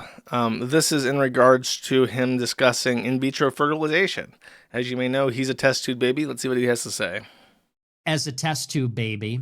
That's why I'm so fucked up. You want a case against IVF? You're looking at it, okay? I have a deviated septum. I was in the lower percentile for height when I was growing up. I have all these problems. So this is not really a glowing endorsement. I have a lot of genetic defects. I'm neurotic, maybe on the spectrum. My mom just texted me. She said, shut up. She said, shut up. Get me on. Relax. Okay. But I'm just saying, I have a lot of genetic defects, high mutational load. Mom, you shouldn't have had kids so late. The crazy thing is that I think he lives with his mom again because he's chased out of his house. So he's living with his mom, and his mom can hear his podcast and reply to him live. Isn't that fucking nuts? How I just don't get it, man. How are people not embarrassed to watch this kid? Crass. As a test tube baby. Crazy. Ricada's up to no good. A couple things have happened in the Ricada front. First of all, Ricada has, April has deleted all of her Twitter presence, all of her tweets, which leads some to wildly speculate what the fuck's happening. I guess we'll see. Nobody really knows yet.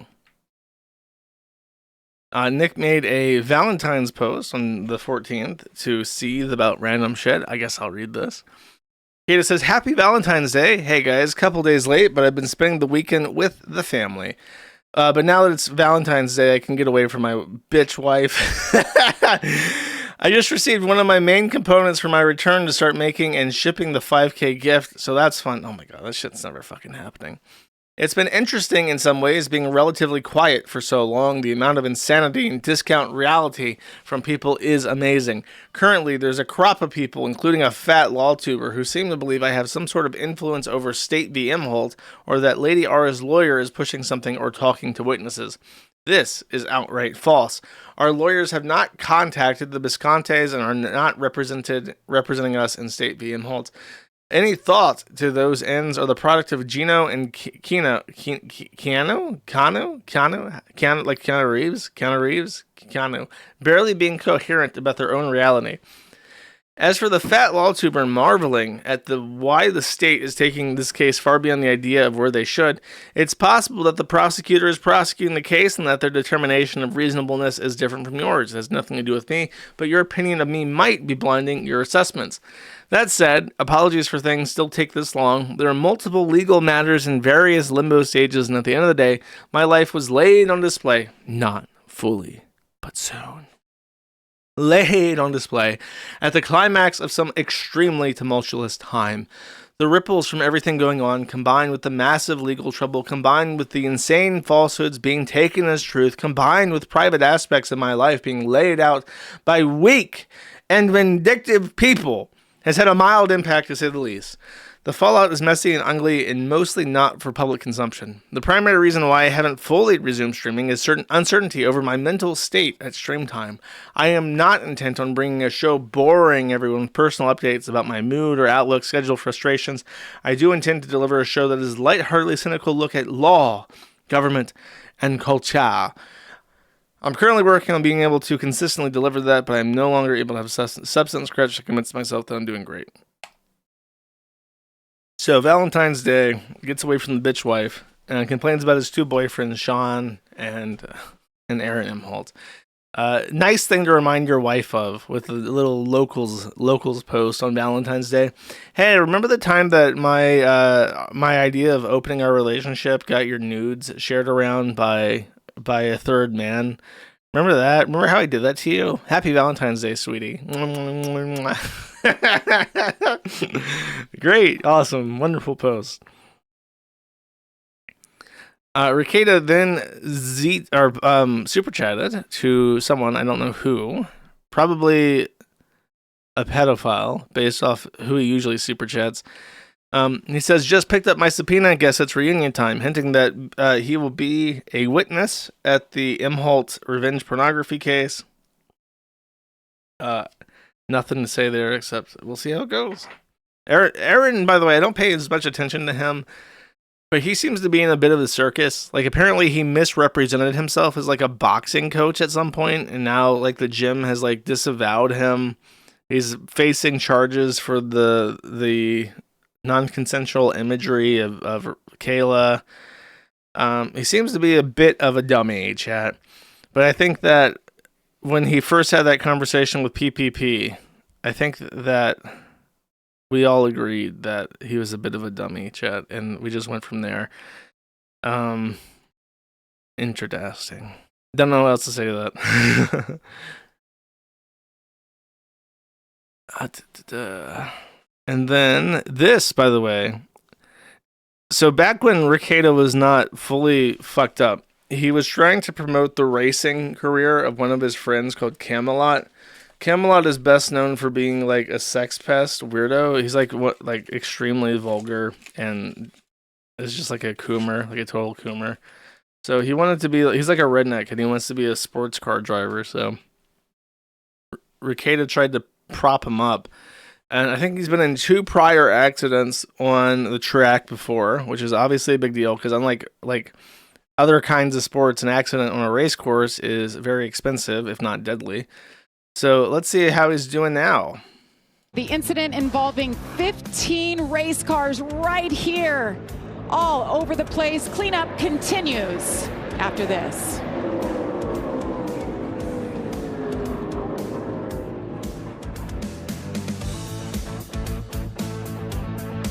1,200 square miles of soaring cliffs and endless advertisements. Is that the...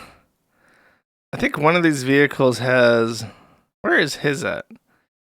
Because they showed him talking. And I want to say he has like the Timcast on his race car. It says Nest. Oh, there it is, the blue one. It says Timcast on the hood. You see it? That's the one. Let's see what he did. So he's in the cars, and he tries to skirt around. He hits the wall, and then is unable to recover. Then dives left, and directly hits that one car, and crashes into like 3 or 4 other cars, which of course, when the cars are that tight together, causes other cars to hit each other. The fucking NASCAR car is on fire, but you can see that the That's crazy. That's crazy. Look at how far back he goes in. He hits that. It's almost impossible to see. He hits that. Now he's behind the yellow car. He's completely stopped, I think, at this point, or like losing speed. He bumps into the blue car right there, behind the orange and white one. It looks like the South African flag. So he's back that. Then his bumper hits the car behind him there. And now that car is pushing him because it's not stopped completely. That car catches on fire, I guess because the gas tank of his car is leaking out. And, like, that's as, like, much damage as you can possibly... I'm trying to think of how you could better crash as many vehicles on a racetrack as humanly possible. Like, how much more damage it's like trying to set up bowling pins. Like, how do we get a strike? How do we possibly wipe out the entire track of contestants? Yeah, he totaled them. There's a video, I think. Let's find this. I didn't think about this until just now. I want to say they interview him and he let's see. This guy, I'll read this guy's post. Cheese balls. This is now your moment. You ready? NASCAR fag here. Let me fill you in with a few details about NASCAR/ARCA. He's in ARCA. ARCA is what they call a feeder league for NASCAR. So the best drivers from this league have a chance of getting contracts with NASCAR directly, showing up on the big screen where all the rednecks watch. He says the driving standards in ARCA are so awful that it's a meme within stock car racing circles. The term ARCA brakes is a widespread joke due to their almost comedic propensity for driving full throttle into huge wrecks, either due to poor equipment or lack of skill. If you think Coomalot's crash was embarrassing, just look up ARCA brakes compilation on YouTube and you'll see just how bad things truly are. Daytona is a massive oval track known for large pack racing. This is sometimes named restrictor plate racing due to the cars at one point, not anymore, having a metal plate in the engine to artificially reduce speeds to safer levels. Because if you are full throttle around the entire track, the only way to build up speed is by drafting other cars in a huge pack. Because of how tightly packed the cars can be in these packs, one person losing control will often wreck half the field with one crash. Everyone knows this as the big one. It is common and expected that multiple massive crashes like this will happen every race. Just in this particular race alone, there are 4 to 5 massive crashes, including a much more violent one than Cody's only a few laps later that sent a driver to the hospital. So too long didn't read. Coomalot's crash is indeed his fault, and he should be laughed at, but ARCA is not F1. Fiery 15-car crashes are so normal in ARCA that regular fans won't even remember it. I mean, I gotta say, that sounds like a nice watch. That's funny. Let's see. Oh, this is the interview. Great. I'm going to give this one a big thumbs up, too. Well, you guys mentioned Cody Dennison, and the 11 was kind of at the forefront of all of this. Let's hear from him at the Care Center now. He's with Caitlin. And released. Cody, I know you were just watching the replay. What did you see there from your seat? Well, he looks like J.D. Vance. Do you see the resemblance at all? Basically, when I was coming out of 4, the car got weightless, and I've never really felt anything like that. It's like the wheel went free, and as soon as the weight shifted back or the weight went back under it, it just went right into the wall. I didn't have any steering input at all. It was a very strange feeling, so I'm just glad everybody's all right because that was a wild ride. It really was. It was kind of fun, you know. It's kind of fun going through the infield and just, you know. That is pretty embarrassing. It was like a roller coaster, but I hate I'm sure it's not fun for all the people who lost like thousands of dollars in their vehicles, though. I doubt they insure those fucking things. I don't think you can. For everybody, because I know a lot of people spend money on it, and you know, so do I, and it just didn't work out, and you know, I didn't really know what to do in that situation. I've never felt a weightless feeling, so I just hate it for my boy Caleb and a bunch of other people. So yeah, you can see it right here. Like, it just gets weightless right there and just turns. And as soon as the weight shifts, like the balance of the car shifted, it just went right. So just hate it for everybody. I really do. Thank you for your time. We're glad you're okay. Jamie? Caitlin, I think it's safe to say he's riding a wave of emotions, like heartbreak, emotion. It was fun. Cody, my man, go get your head checked out again. You need to make sure you're all right there after that one, calling it fun riding through the infield sideways. So I don't know if I'd call that one fun. Yeah, all the casters are like embarrassed. Like, what an idiotic fucking thing to say. You fucked up and ruined these people's vehicles, and now you're calling it fun? Like, it's not fun for them, you fucking asshole.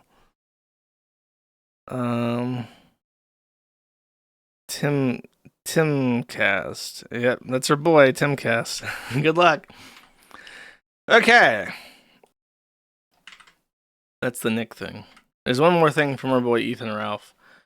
He says, I am publicly announcing my intention to file a defamation lawsuit against Rational Wiki if they do not take down the provable lies they have posted about my life on their website. I have reached out in private and was ignored. I have several lawyers already lined up. It will not be a pro se lawsuit. Any other dissidents out there know that they have lied about, let me know. It's time to bring them to justice. Whenever Ralph does anything now, he's always like desperate for friends. He's like, if anyone wants to like sue them with me, I'd like some friends. I'd like to meet some people in the same boat, any other dissidents. We should make a little dissident club and sue them as a class, and we'll all be friends, and we'll show up on his podcast, and you'll help me get some super chats. Like, that kind of shit. By the way, you can't sue the wiki. You have to sue the author of the wiki. Because it's section 230. You have to find... What happened is that in the intro paragraph, the first thing that shows up for his name is the Rational Wiki page. And what he's unhappy about is there is a... in his introduction, it says that he's a registered sex offender. He's a convicted revenge pornographer. He is not a registered sex offender. Calling someone a registered sex offender is defamation per se, but... because of how CDA 230 works, you have to sue the person that actually wrote that into the article, not the website. And that's what Ralph's up to. Give him hell, boy. Sweet. And I really have to get water. I feel like I'm dying. I feel like I'm dying without water. Is there something that I can play for you guys? Let me think. Maybe I can show you some Chal and Qual Dota videos. Would that like immediately like tank all of my... How about this? I'm gonna go get a glass of water before I talk about Destiny. And to satiate your ravenous hunger for content, we're gonna watch some iDubbbz. I think that'll be fair. I think you guys will enjoy this, okay? Let's see. Great. Just pop 30 minutes in. Should be where everything is all set up and going, okay? Wait, there we go. That's a more accurate, that is not a zombie. What the hell? Does it fade out as it's, or did you click something? Because that kind of looked like just a video loop. Oh, there we go. Oh, okay. You can move it real time. Alright, I'm gonna fucking hit it off screen. There we go. Oh shit, yeah. Team Rocket.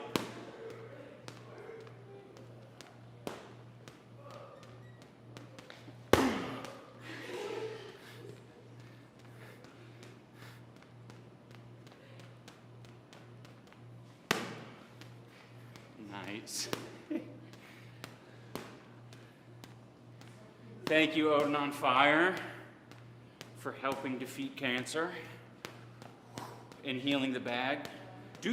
Are the healing, is the healing actually working? Or is that manual? Oh, okay. Okay.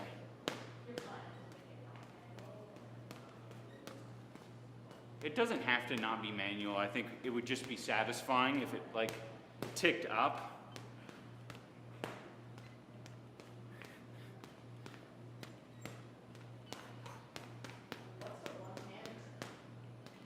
Oh, yeah. Wait, did someone say one-hander? Somebody asked in chat, what's a one-hander? Oh, I think a one-hand, I don't know if it was, one-hander is me punching with one hand. Oh. Yeah. I don't know if we reached that goal yet, but basically I'm gonna tape this glove, Anissa, to my head to keep my defense up, and I have to use this hand. Because if you guys watch my fight with Alex Wasabi, a fatal flaw of mine was my right hand was down here, and he kept fucking hitting me with the lead hook. That shit, bam! And I was hella exposed. But once I brought it up here, I was good, I was safe. Nick says, can you both shake your butts? Do you know how to do that? No, I have jeans on. Oh, she got jeans on. It's not very satisfying. But don't worry. I think when... Oh, nice. Okay.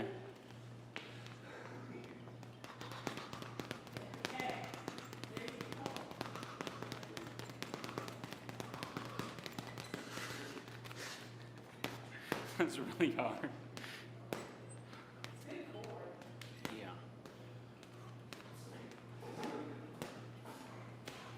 Somebody said hit harder, white boy. I'm afraid I'm gonna break the bag. You don't understand. We have a lot of tech.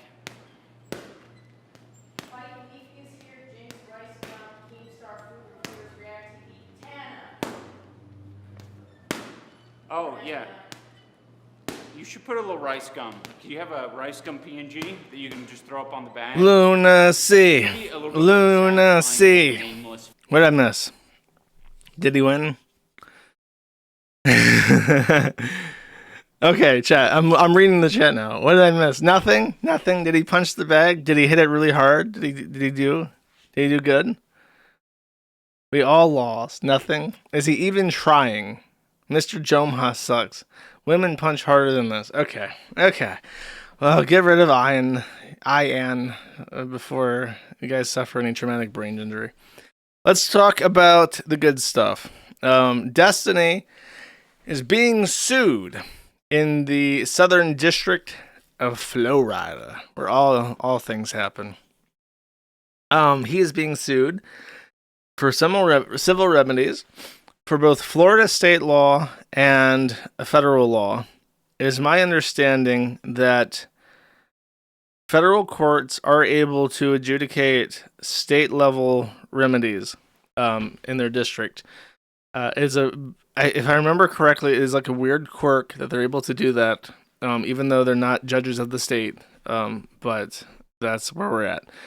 So she's suing him for two things. And when I say two, I mean Pixie. She is going by Jane Doe, opting to use a federal statute language to file anonymously. But she is filing anonymously under exactly the law that I said that she would, which is the one for non-consensual imagery. And then Florida statute. And I believe the Florida statute is also a revenge pornography statute or like a cyber harassment statute, something like that. So he is on the hook for quite a bit. I don't know what the Florida statute has, but the federal one is big. It's a $150,000 statutory remedy. And very importantly, it has a fee shifting provision, which is very rare. In the United States, we have what's called the American rule. You bear the cost of your own litigation, even if you win. Most other countries, the winner also gets fees owed automatically, or at least a portion of them. In the U.S., we don't do that. But certain laws do provide fee shifting provisions, one of which is the Violence Against Women's Act, which is what she's suing under. So if she hires a big dick lawyer, and I haven't looked to see if this guy's a big dick yet, but and he charges $1,000 an hour, and this case lasts for 3 years, and it has a tumultuous discovery, which is the most expensive part of a case. You're talking about $150,000 statutory remedy and $150,000 at least in terms of attorney's fees. So those fee shifting provisions exist to encourage attorneys to represent their clients pro bono or conditionally, or on contingency is what it's called. And he might be doing that because it's just a good publicity case. You have a guy that people don't like. You have a female victim that's young and conventionally attractive. And you have a case that's considered violence against women. So it's like, and you're owed your fees. So it's like win-win-win. Might as well, you know. So it's when this happened, I said all this before. I'm reiterating myself. I said it was a very, very, very bad position for Destiny to be in. This is a position that no one would ever want to find themselves in. This is a lose, lose, lose. There's no winning for this. His position right now is full on damage control. How the fuck do I unfuck myself? And there's not a lot of good options. Paying her off is legitimately the best option that he has. But he says I'm getting ahead of myself. We'll get to that. After this lawsuit dropped, very intelligently, he decides to drop a Google document outlining his called final statement. I'm sure that this will be a final statement for real, no cap. I'm sure this is not going to be something that he amends repeatedly. I did read all this. I will summarize this. And it's a very perplexing statement. It's a very confusing statement because she is accusing him of releasing non-consensual pornography of her. He comes back, and his defense, and I'm not joking, you can read this for yourself. It's featured on the forum if you'd like. His defense is that Pixie is a whore, and therefore, who cares? And maybe that's a convincing argument to some people. I imagine there's quite a few people who would actually be like, oh, okay, she's just a whore, so who cares? The issue is that I imagine most people on his side already don't agree with that kind of perspective, and the law doesn't either. There is absolutely nothing in the statute. There's no statutory language whatsoever which indicates that being a whore diminishes one's legal capacity to sue under the statute. In fact, there is a provision that says commercial pornography can never be considered revenge pornography so long as it wasn't made under coercion or other force, right? So a porn star who does do pornographic adult content regularly still has the right to sue for non-consensual pornography so long as that article wasn't legally produced commercial pornography. And because that's interesting, because what it effectively says in that instance is that it's not that Pixie is embarrassed or damaged by the idea of just having sex and it being recorded. She's very particularly embarrassed and humiliated by having sex with Destiny. And Destiny doesn't seem to appreciate that might be an option. Like, well, if she's already such a whore, why does she's just, this is what he's saying, that she's extorting him for money, for settlement money, because obviously if she wasn't just trying to extort him without any actual harm being done, she would just be happy because she's just a dumb whore anyways that's already filmed private videos with her ex-boyfriend. It never dawns on him that she is extra embarrassed to be with him ever, which is possible. But I mean, in general, just it being public because of his own fault, his own negligence, and allegedly not respecting her wishes or asking her for consent is the root cause. And even if she is a dumb whore, which seems to be his opinion, she is still entitled to legal relief. The other thing that Destiny does, and this is just one of those things that I read and it just puts a big smile on my face because I'm so happy. If I go to Control F and I type in Kiwi Farms, we get 1, 2, 3, 4, 5, 6, 7 Kiwi Farms. In fact, it's one of the first fucking things that he says, I'm pretty sure, when he actually starts talking about the fucking in the first page, minimizing exposure. And what he says in this, I don't appreciate, because he's very intentional with how he words this. What he says is that the forum hosts these images or these videos. And he says that because the Kiwi Farms does this by name, then she should be angry at us and the forum and not him. Now, obviously, the videos are out there because of his negligence. But what I don't appreciate is that anytime a leak like this happens, it goes everywhere. It gets posted all over 4chan. It gets posted all over those celebrity nude sites and stuff. It goes everywhere, and it never comes down. And there's nothing you can do about it. They're hosted in Russia. They're hosted in Asian countries, and they don't abide by DMCA. They don't abide by privacy laws and shit. They just don't care. And if they do get taken down, they just come back up under some other fucking name that gets indexed on Google, and they never go away. That's why when Pornhub was being sued, or is being sued, I think it's got many cases, like you had victims coming out saying, like, I was gang raped at 13. It was recorded, put on Pornhub, and it stayed up there for years, and it's just always up there. And, if it's not on Pornhub, it's on somewhere else. And it's like always reopening that wound because it never goes away. And it's just the nature of the internet. You have freedom of information, and that shit just never goes away. But he doesn't mention that, is my point. He never mentions that this is hosted elsewhere, because that would undermine his point, which is that she should be angry at us specifically. And if you mentioned that this was all over the fucking place, it would, number one, make him look bad, because it just really highlights how shitty his decisions are. And number two, it undermines his attempt to shift focus onto the obvious villain, the careful strategy. Don't look at me, look at them. Obviously, I don't appreciate that. I decided to respond to this, by the way, unusually, because it made me think. And it wasn't... I have yet to receive from either Pixie or Destiny, to the best of my knowledge, like a formal complaint citing any kind of law as to if the video should be taken down. Despite that, I've decided... Because I am stuck in an uncomfortable position where I have to burden or... manage the two facets of Destiny is perhaps one of the, if not the most, one of the most recognizable streamers in the United States. If not in general, then for political purposes, he's one of the most prominent, prolific, liberal talking heads on the internet.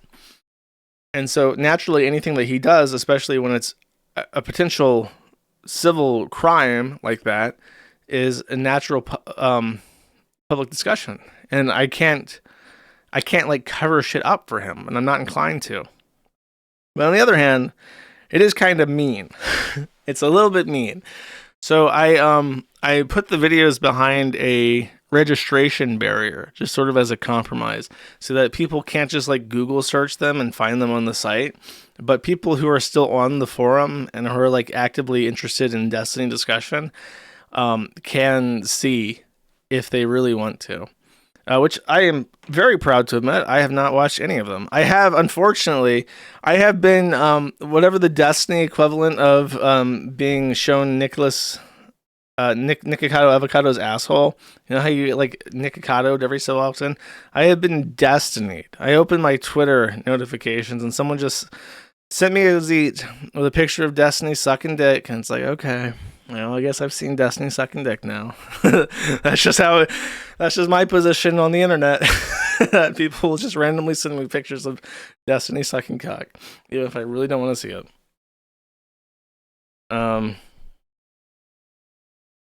So there's that. He says that Pixie was trying to get $15 million out of him. He refused to do that. He calls it extortionate. He tries to allege that the attorney is extorting him, but like that's basically an attorney's job. Pre-settlement conferences would always sound like extortion, or pre-trial settlement negotiations would always sound like extortion. Sexual cyber harassment, which requires malicious intent when publishing images. Well, the federal statute does not require intent. It just requires action. And if he's thinking of encouraging her to sue me, or him suing me, or the forum, I mean, we have Section 230. I hate to be so blunt, but we have Section 230, which holds us harmless to anything that's on our site. Because we're not, even if there is a civil liability there, I didn't post it.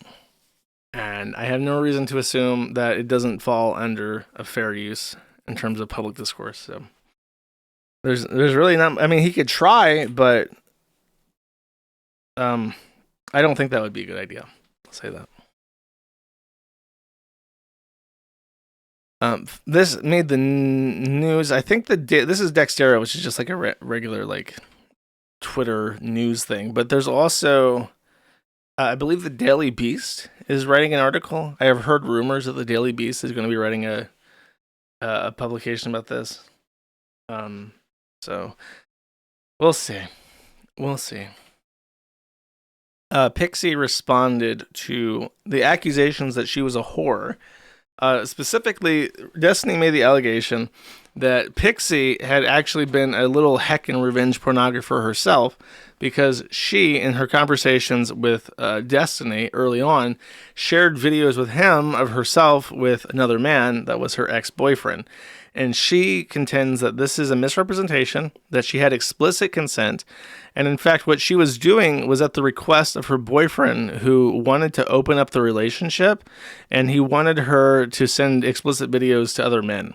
So she sends them to Destiny as a part of that, and then just moved over to Destiny later, because that guy sounds like a fucking loser.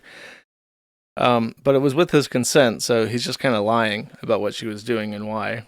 But I think his main thing is just that, look, she's done this before with me, so who cares if it's all over the fucking place? Not my problem. She's just a hoe. But as I said, that is neither here nor there. The law does not care. There was another leak. I don't know the details on this. This just happened. Apparently, 2 audio logs of Destiny either giving or receiving oral sex have with random men he hooked up with off of Grindr have made it to the internet. And there's even a little message in there where he says, "Sorry, the audio sounds so scuffed. My phone was in my pants pocket," which sounds like he's admitting that he recorded it without their consent or knowledge. Because if you were trying to record something on your phone and you wanted it to be picked up loud and clear, you would just put the phone near where the event is happening that is creating the auditory sensation.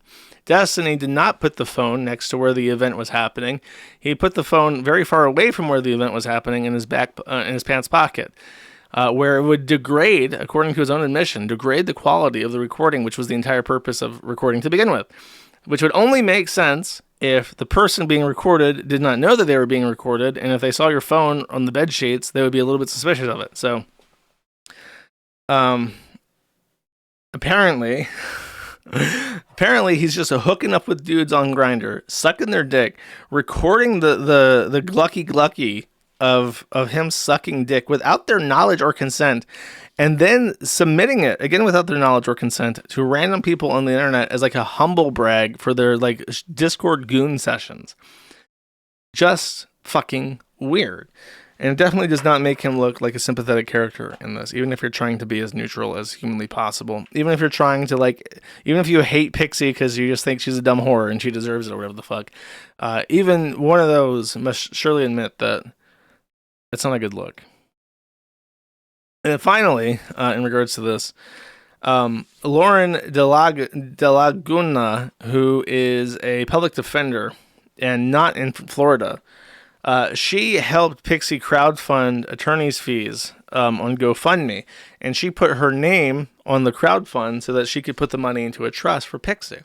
This made Destiny suspect that Lauren was responsible for representing Pixie in court, and went on to explain that she thought they were working together to extort him for millions of dollars, because apparently Lauren had flirted with Destiny in the past and he did not reciprocate.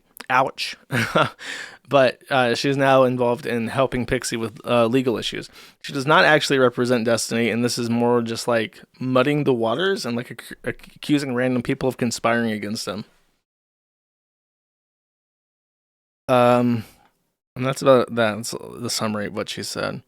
There is one more thing. Willie Mack, in case you're curious, in case you want to get like a more concise rundown to share with people, Willie Mack did a video on this, and I think it's a day old already, 5 days ago. So it's not up to speed yet. But it's a very good summary of the things the most important things, the timeline of when the lawsuit dropped, his response, how he tried to muddy the water, and what actually happened with Pixie. And I think this is the part that I wanted to share with you guys. Information. All of these leaks are coming from a 19-year-old girl named Rose is Coming. That kind of shit is literally disgusting. That he would try to trap a little girl, and I don't want to be presumptuous. I'm sorry. I'm so sorry if this upsets you because you're 19, or I'm sorry if this upsets you because you're 22 or something, right? Or if you're some legal guy or whatever, you know. When you're 19, you're a little kid, okay? Now, if you're 22, a 19-year-old's not a kid to you, okay? I'm 29. A 19-year-old might as well be a 15-year-old to me. It's all the same, dude. Well, now he's 36 and still talking to 19-year-olds. This Rose person will either get hacked or leak the videos herself. We still don't know for sure. And all of these people's most embarrassing moments are now cemented online. Now, it's worth noting that Destiny didn't share these images because he wanted to embarrass anyone. He was trying to goon with Rose. Just because of some legal age of consent, whatever bullshit, I have about as much in common with like an 18-year-old, 19-year-old freshman in school as I would a fucking sophomore in high school. Any type of inclination towards any of those people is really fucking weird. I'm listening to clips of Destiny from last year defending himself from women saying that he's secretly recording them. Lauren keeps like typing messages that make it sound like I'm secretly recording people having sex. That's what it sounds like. And then, oh look, what am I seeing on Twitter? This girl named Sherry saying Destiny secretly recorded her and shared it with people. One of the leaked DMs is Destiny showing audio of a dude he hooked up That's with, what I was saying talking this about. just ended with him finishing. Again, audio scuffed because my phone was in my pocket. It was in your pocket? Was it there because he didn't know you were recording? This guy did an entire arc arguing. His video is very good. I'm actually impressed by it. It's very succinct for a complicated issue. And those clips of him, like, he's right. He's right. A 36-year-old man like Destiny has no fucking business talking to anyone as young as 19. He has no fucking business having little goon sessions with 19-year-old girls. He has no fucking business sending videos that he recorded of himself and like other girls to a 19-year-old. And it's just like, to compare what he actually says, what he knows is true. What he knows is right. He knows. It's not that he's just dumb. He knows that what he's doing is bad, and he does it anyways. And it's just like, I never would have known those clips existed, and I really appreciate it. No, Destiny, you're breaking all your own rules. No, exactly, Stalker Child. No, Stalker Child, you'll not have cyber sex with a 19-year-old. Wrong again. Enjoy civil court. And that's about it. Did I miss anything regarding the Destiny stuff? It's so I don't even know how to describe it, because watching him try to blame us for everything, and then finally seeing people not even fucking buy into it. It's people who hate the forum and who like Destiny, listening to him try to blame the forum and going, bro, you fucking published them. You fucking shared them.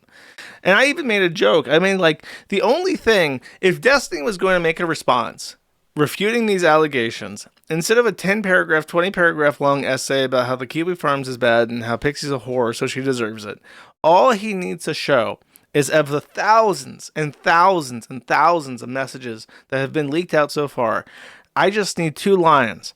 Destiny, hey, can I show Rose our videos? ? Our sexy videos? And then Pixie responding, sure, smiley face.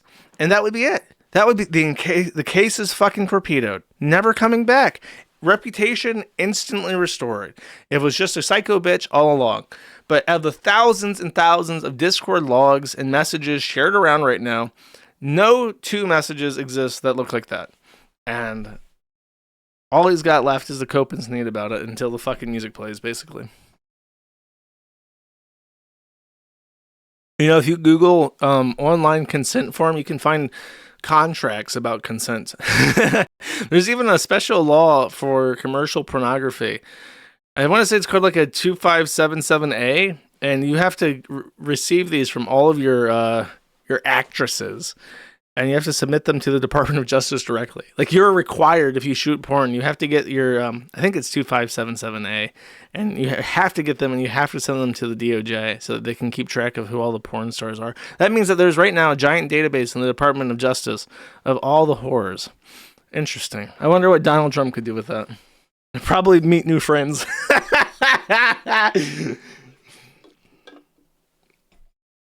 Anyways.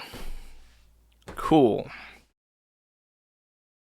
Sort of kills the mood to present a contract. You just gotta throw some glitter sparkles on that shit. Get some like purple construction paper and get like shiny ink for your printer so that it like prints white on purple, and then throw some fucking pink sparkles on that bitch. And you're like, hey, this is the sex contract. And you're like, oh my god, You went to all this length to make such a beautiful contract. I will definitely have sex with you, sir. That's that's how it works. You got to look. You live in society, right? You live in a society, so you have to figure out how to make things work within the confines of your society. I'm romantic as fuck. That's right. Nobody it's secret. I got the Riz, chat.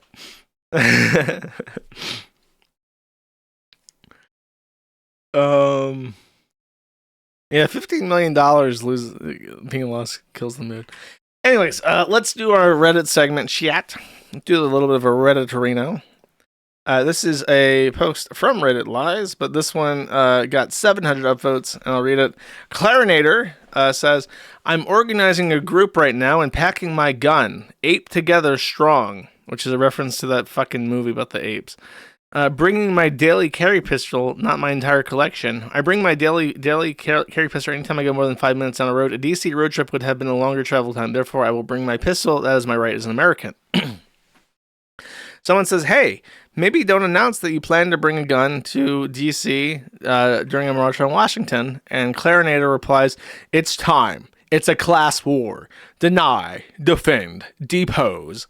And they have since deleted their Reddit account. I did not see that coming, but probably a good idea. So your Reddit segment is that Redditors are so angry and the R-Fed news board that they're now just openly conspiring to murder the president. Let's see how that works out for them.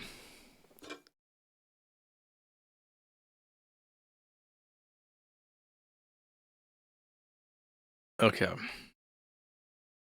Show her pics. There's other pictures? Oh my god. Oh, wait, there's more. I'll read this one too. Throwaway because people are weird and are liberal gun owners. This is my collection.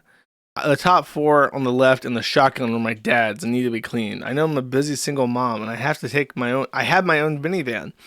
Helpful comments regarding my gun model tips and tricks. My trooper is my favorite, but it's a hand cannon for me. Fuck tyranny. They're arming up. The libs are arming up to kill the conservatards. Maybe it'll work. Fascism can be destroyed, chat. I don't see any pictures of the Clarinator. I'm sorry, she deleted her account. Probably a tranny, to be weird. Let's see if I can just search this Clarinator. Nope. Just her Reddit account.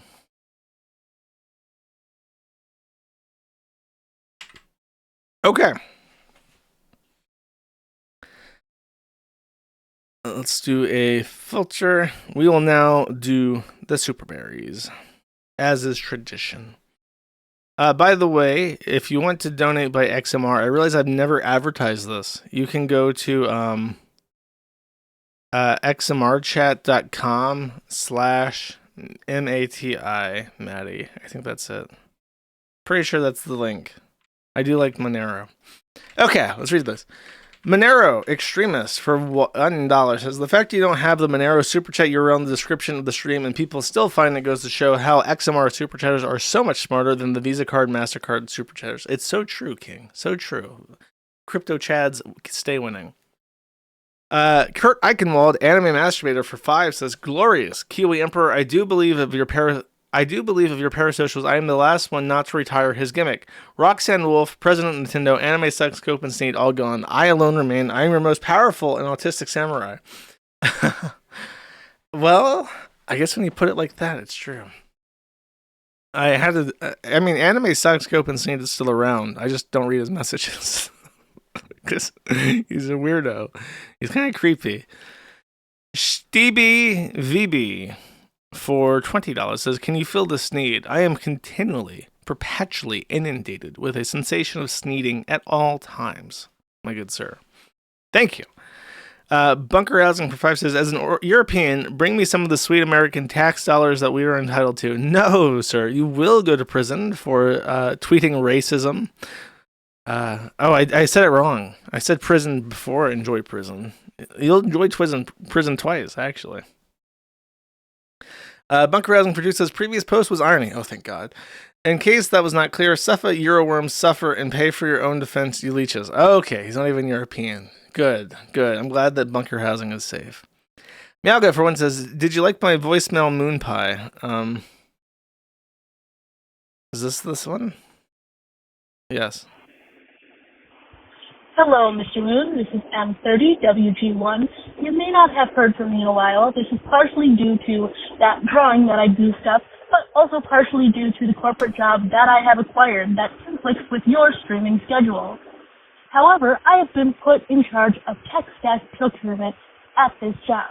Okay. The company is also an international billion-dollar industrial equipment manufacturer. Give now, me I money. mention this because recently our owner wanted us to acquire a digital purchase platform. And thanks to your advice, I have personally assured that we do not use Stripe. Don't use Square either. While Stripe has cost you a significant amount of money, by the transitive property, you can now rest assured that you have cost them a significant amount of money. Cheers. Stripe has cost you a significant amount. You can never assure that you have cost them. I say, okay, sorry, I misunderstood that for some reason. Well, that's good news. Really, the card companies as a whole, though, are the problem. Stripe is the worst of the worst. Like I used to just say Stripe was like one of the problems, but no, it's a pretty fucking big problem. Happy to hear that. Hopefully, you can accept e-checks or FedNow at some point. You can't understand what she's saying. She just said that she sources technology for their company and didn't go with Stripe because they deplatformed me, which is pretty fucking based, actually. Matter of fact. Thank you. Bean the Bunny for 2 says, if you like teas, I would suggest Dragon's Treasure. He has a really good raspberry green tea. I haven't completely quit all caffeine. I have a caffeine pill, just so except when I drive. Except when I drive and I drink. But I don't drink tea. I just slurp White Monster like a white man. Vordier for 5 says, suffer, Destiny. Suffer under the weight of your own hubris. Suffer forever and pay the whore. True, he will. He's gonna pay what he fucking knows. Pimmelfesta for 2 says, $2 for your daily tuna intake. Base. I had, I don't know if I did mention this on stream. I am continuing to eat fish and sorry, that was a pin bone in my throat, I think. I have delved into herring. Herring is such a wonderful fish. I can't recommend it highly enough. And I had herring. It was only 140 calories, so, which is kind of a shame because it's like a price point advantage for chicken, which I'm not that big of a fan of. Thank you. David S877 for $25 says, excluding prices or all the ads, what's your biggest culture shock so far after returning? I mean, just how many Indians there are. That's what I said in the first stream. It's just the quality of food. The American food fucking sucks, bro. And I know people get mad at me. It's like, oh, you have to find the right places, bro. If you go to a small, shitty town in Serbia or Ukraine, you will still be able to eat good borscht. If you go to a small, shitty town in the United States, you can't find anything. You can find at best like deli sandwiches, but everybody just goes to McDonald's or KFC, and it's a shame. And anyone who disagrees with me is gay. Banana Plugs for 1 says, happy pizza day, Josh. You're my favorite non-celeb. Always give me 6 names for my Worms Armageddon team. Chuck, Sneed, Tom, Larry, Dick, and Archer, to mix it up a little bit. Humble Guardsman for 20 says, congrats on your weight loss success. You look better now than ever. And then there is a link to the forum. I can't wait to see what uplifting content this is.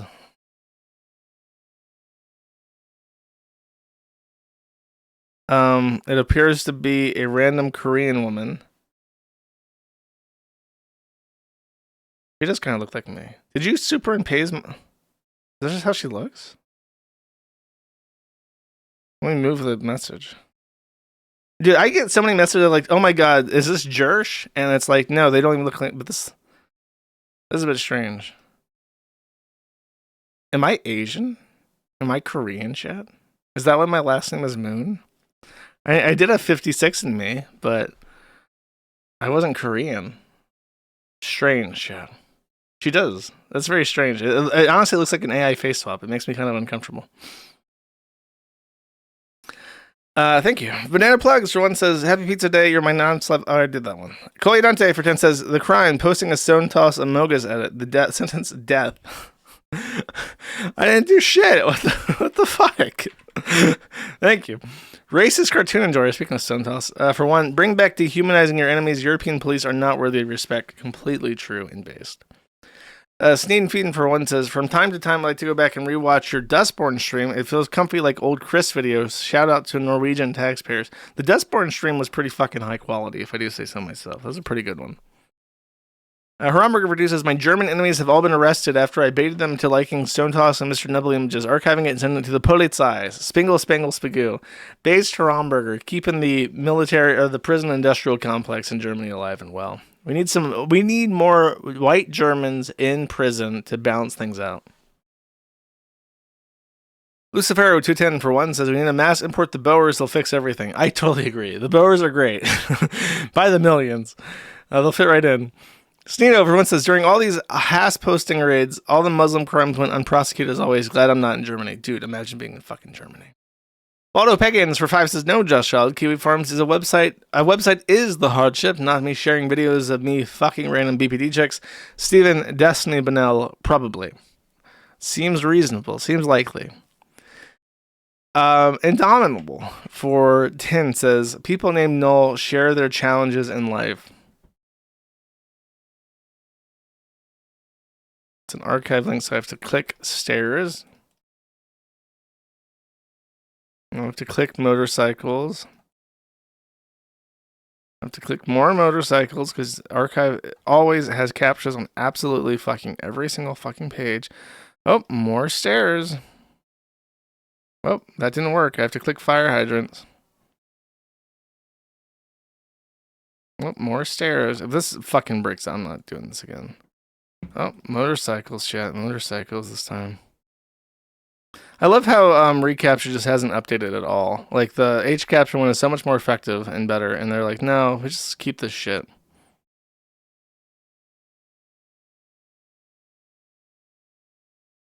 The Wall Street Journal. When your last name is Null, nothing works. Okay, I get it. The guy's name's actually Null, and it causes computing value. Is that her? It's a woman. Nantra Yanta Prasert can't wait to take her husband's shorter and easier to pronounce last name. She didn't know what kind of problems it would cause. His last name is Null, the same word used by computer scientists to mean no value or invalid value. Yeah, that sounds like a good way to fuck up everything. People try to... It's like the XKCD comic. Did you really name your son... like dash colon drop table students semicolon dash. Yes, little Timmy tables we call them. That's funny. Racist cartoon enjoyer again for 5 says for Black History Month we had the Lipstick Alley segment to replace the Reddit segment. For Ramadan starting next Friday, how about an Islam stack exchange segment? Some of them are really funny, particularly any sexuality related threads. Bro, listening to Muslims talk about sex is like the most ridiculous fucking thing ever. Like if a Muslim man has marital issues, like their ideas of how to like regain marital harmony are like actually disgusting. It's basically just like, you can rape her if you want, but you should try to make her understand that it's her prerogative to have sex with you on demand all the time, even if you don't romance her or make her like you at all, even if she's disgusted by you because it's an arranged marriage with a child. It's that kind of shit. Muslims suck. So I am willing to tolerate some people that I'm like very off with. I hate Muslims. I have no excuses for why anyone would worship a pedophile, and Muslims fucking nauseate me. Lucifero 210 for one says, the South shall rise again. We're already holding back the Mexicans, soon the damn commie Yankees. Good luck with that. Indomitable for one says 18FDC sounds like one of the transbian profiles. Sounds like what they're looking for. More like it. Light Rose for 2 says the age of women doesn't matter to Nick Fuentes because he's a fat faggot with bitch tits. Is he really? I did not know that. 11th Circuit for 2 says the 11th Circuit Library HQ sends out daily emails with legal updates, cases, etc. Of note, Thursdays included Destiny's lawsuit. Now all the feds know about Destiny. Congrats, Steven. You made it. Lucifero, Tinhin for one, says, there are already plans to flood Ukraine with Mexicans, Sub-Saharans, and Afghans. Base, finally. Ukraine really needed diversity. When I lived there, I saw one black person. He was a tourist from Abbas Adabi, I think is how you pronounce that, the capital of Ethiopia. They really need more diversity. They're begging for it. Octavia sales rep for Tin says, no, if we lose Arizona to Mexico, where will all us white women get our turquoise jewelry? I heard that Tommy Tudor is selling precious gemstones. Maybe you can hit him up. He's from Arizona. Maybe he's got a special for you. Thank you. Real Adonai for two says, just so you know, Josh, it has been exactly 10 minutes and someone has thanked me for my service. If I'm not constantly thanked for my service, then my military career was all for naught. Can we get a big thank you for your service in chat? This guy's out there sitting around waiting to run over an IED and nobody has thanked him in the last 10 fucking minutes. And that is a travesty. Where's our country gone, boys? Where's our country gone? Apartment Archive says, thanks for the new Maddie time slot Jewish. Now I can watch the first 40 minutes live. You're welcome. I'm happy to help. Space Allen for 20 says ham jam. And to that end, I think the guy that said that he's the last remaining gimmick poster has not met Space Allen, who has been faithfully posting ham jams for like 2 fucking years now. Thank you, Space Allen. Spinglecat for one says, the new Brody Fox Yo Mama Fat Kit on Twitter is seething at Nazis on Twitter. Is there a thread for this retard? Have you tried searching Kiwi Farms and then his name? Brody Fox. Let's see. Brody Fox Kiwi Farms. Sure is. First fucking result, bro. Made in 2020. Shebangbish 5 says, Dear Schneider, once more I send you some shekels. Thanks for supporting crypto. Well, thank you very much. I appreciate it. Anime Extremist for two says, canceling anime altogether because creepy people watch it is stupid. Stalin like anime American Western movies. Are we going to cancel John Wayne or Clint Eastwood because a genocidal dictator like that genre? Bro, I'm sorry, but look, women just know. You talk to a guy and he's like, oh, you know, I'm not doing anything right now. I'm just watching some what's the one with the elf that's really popular right now? It's like a German name. It's like Freiren. I'm just watching some Freiren, bro. You know, it's like, what's it about? It's big titty elf mommy, white hair. And she's like Doki Doki Kawaii and shit. Bro, woman, it doesn't matter how retarded she is. She's going to be like, oh, that's gay as fuck. And then she's not going to talk to you anymore. I don't make the rules, bro. I don't make the rules. Light Yugal Steed for 5 says, you ain't fucking perfect, buddy. Yeah. Thank you. Bossman Jack for 2 says, Josh is definitely happy that anime is getting ruined for the chums by Black Anime One Piece neighbors on Zitter. Also, Neighbor Anime Twitter and Chud Anime Twitter are insufferable faggots that deserve each other. Suffer animes. Based and fuck anime. Stino, for one, says Terry's reaction to that phone call is my general reaction to traffic and bad drivers. I just scream the neighbor word at them. That's pretty base. I do that too. Yugula Sneed for 10 says, Facebook link. This guy is hilarious. Enjoy. Okay. Maybe I will. And I have to sign in. Oh, wait, no, I don't.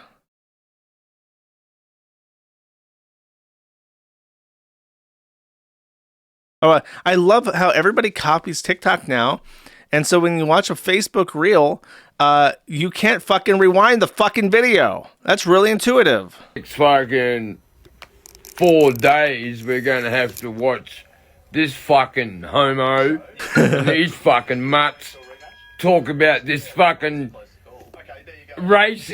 He raced the car and then he looked back to see where the car was. I tell you, it's fucking That's pretty 4 days. Dude, I love how Australians talk. You say the word Amerimut would sound so much more persuasive if it was pronounced with an American or an Australian accent. This fucking Amerimuts. Thank you. Clay Dante for 10 says, without a hint of exaggeration or irony, Cobra steak was better. I mean, if he cooked it, he did a better job. Thank you.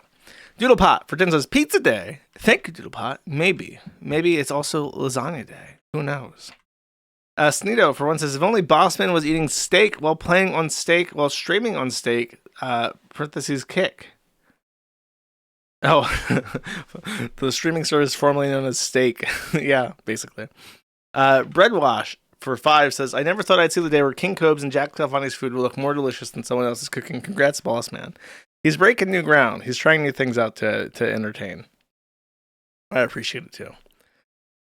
Pirate Mike 420 for 10 says, you will now watch the seminal American anime by the name of King of Hill. I give you money, so you have to do the whole series for Gumroad. What Gumroad, bro? I'm fucking banned. I have watched King of the Hill. I think I've watched every episode. I watched all the early seasons at least. It's a great show. It's an amazing show. Thank you. Devious to V for 2 says, type 333 to ban Jag the Luxray. Oh, that's a guy that has like a Pokemon as his avatar in chat, in general chat. This is a general chat Zeet, guys. Colidante for 10 says, maybe you can join Ralph as a class in suing Rational Wiki. No more brother wars. Oh, I would love nothing more to be in a lawsuit with Ethan Ralph as co-defendants or co-plaintiffs. What a great idea. Thank you. Mugger Housing for 2 says, a clip of white noise would have been more stimulating than iDubbbz. At least you can imagine shapes. Bro, he's trying. It's the thing that's made him happiest. Creator Clash has made him feel more fulfilled and happier than any other thing in his entire life. You're being mean.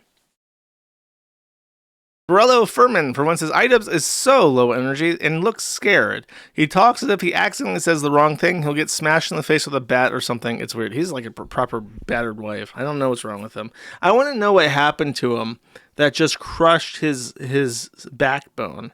If you ever watch old videos of Ian, and I never watched any iDubbbz anything until after he got with Anisa and became a faggot. But I started watching his old videos, and I genuinely loved a thing that he did where he was like trying to capture squirrels. It was so funny, like how he would get outsmarted by squirrels and how he would sometimes catch them. And then like it was a really good video series. There is a noticeable level, like aura difference in him. That is, his aura is completely gone. And I can't even imagine what the fuck happened that caused that. Beep Bloop for 10 says, celebrate Black History Month with the Mac streaming app. Select George Droid as your profile picture and the stream The Boondocks to win a Fent reactor. And there is an image that I'm working on pulling up. And it's a nice picture of George Droid. I am going to say that this is probably supposed to be a legitimate character that just so happens to look a lot like the George Droid meme. That's pretty funny. Thank you. Hope I win my Fent reactor. Clippy Steinberg for 5 says, word. Thank you, Clippy. Pancake Luchador for 5 says, happy pizza day, Josh. And then there is a Zeet. And it says, Mamma Mia. And then it's a comic. It says, hey kids, it's pizza day. And then the kids are clamoring on him. And then he's getting torn apart saying, choke on him. And the kids are eating him. And this is a reference to Day of the Dead. This is a realistic depiction of my childhood. Thank you. Longboarder 241 for 5 says, hey Josh, just want to share this cool 1600 silvers coin design that made a collaboration between Jews and Swedes. Well, that sounds fun. Let's see this coin.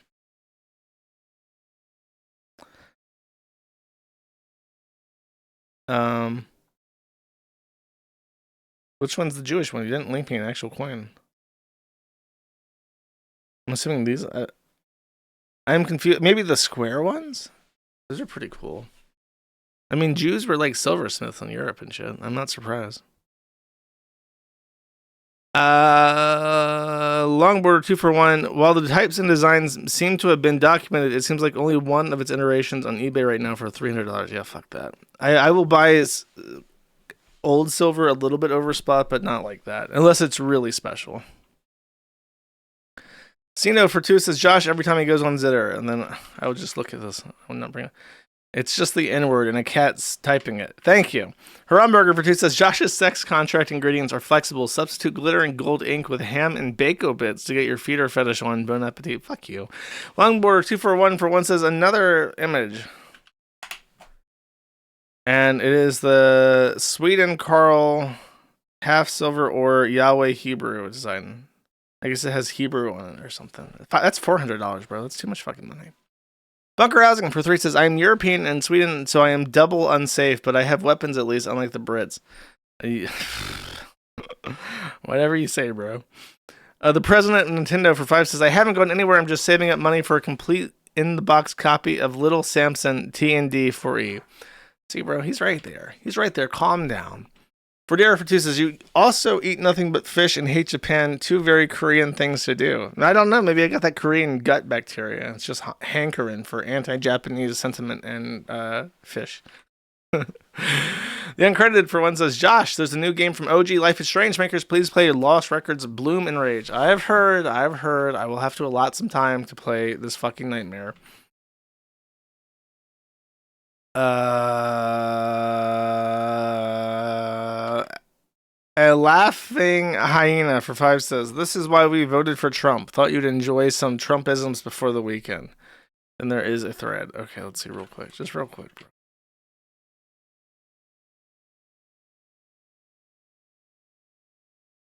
The NCAA has complied immediately, by the way. That's good. But I understand Maine.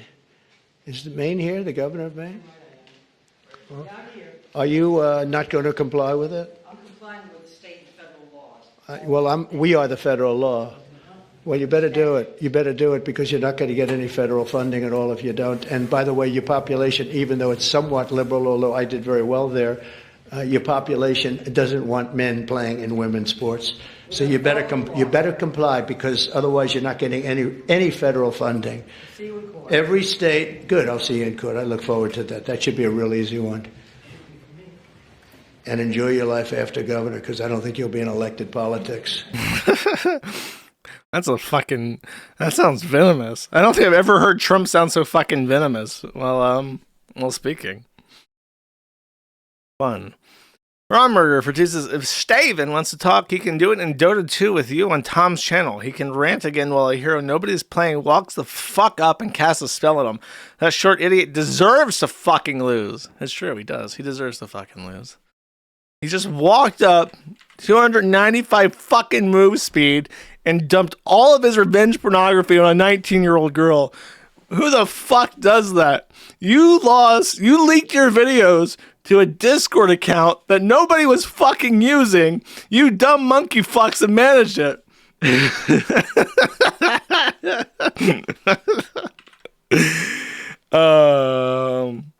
Cole says Frieren is actually really good. It is a melancholy mood piece about how human life is so short compared to the elf protagonist and the justification for belief in God. My 70-year-old mother likes it. Damn, bro, we really couldn't have had any kind of theological or philosophical discussion about the meaning of life and the relationship with the creator without using an anime titty elf to accomplish it. Just no fucking way. How else do we reach these kids, bro? Anime Extremist for 5 says, I don't think that there's a correlation between liking anime and being a sex pest. The population of Japan disagrees. But what do you think that there is some correlation between being autistic and being creepy? A lot of autists like anime, 100%. Autistic people are like uninhibited sexual drive, and that means really, really creepy, rapey shit all the fucking time. Blurp Bloop for 10 says, Foundation. I don't know what that means, but thank you. Anime Extremist for 5 says, Mr. Nubbly decided in the last 2 comics not to be so political. And then there is a link.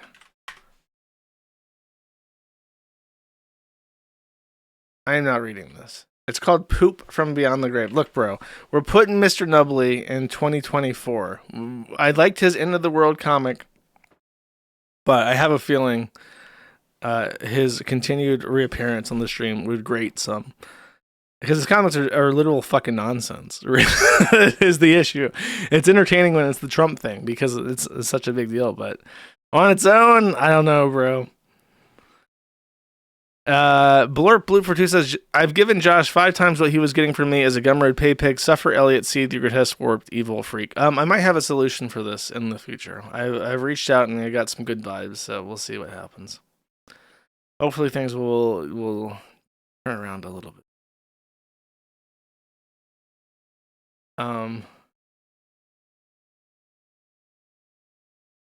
Okay. Great. So, that's that. Oh, wait, there's one more. Blurb Loop for 2 says, I mean, it means I'm cheering for the foundation. Okay. Oh, yes, okay. The charity. We're still working on that. We're waiting on the tax filings, and then I can start doing more stuff. But before then, I can't really do anything. Such is life. We'll see. Okay. Do I have a song? Let's see what I've been listening to on Tidal. I've been listening to that fucking Astronaut in the Ocean song.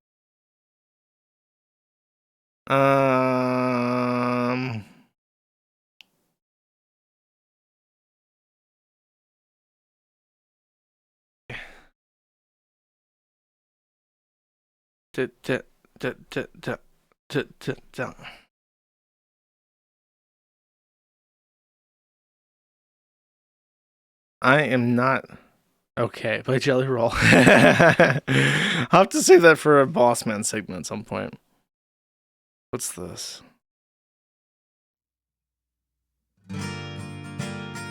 I liked it, so this must be good. Okay, I will see you guys next Friday. Thank you very much for watching. There's one more super chat. This will be the last one. Don't say any more. Humble Guardian for once says, did you watch the 4 hours of spurging about TF2? No, I did not. I don't like that guy. I don't like that YouTuber. It has anime on it, so I'm not watching him. That's the rule. Sorry. It's just how I am. Okay, see you guys next Friday. Take it easy. Bye-bye.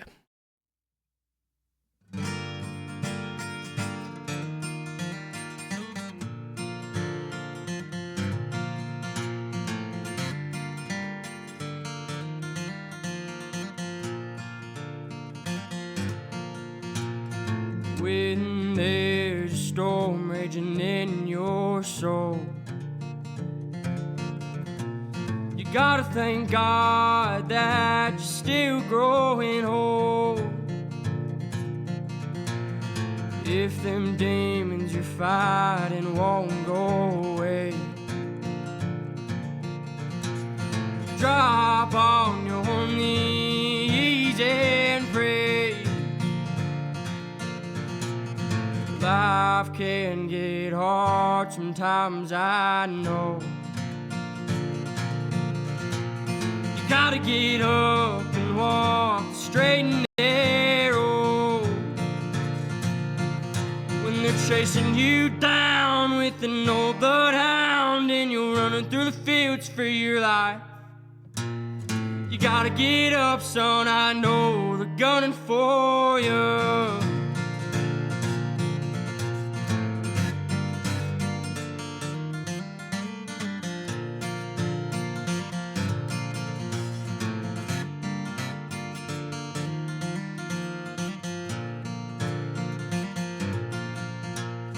Don't let the thoughts of yesterday crowd out the visions of today. Don't let your past define your name. We will all be judged the same someday.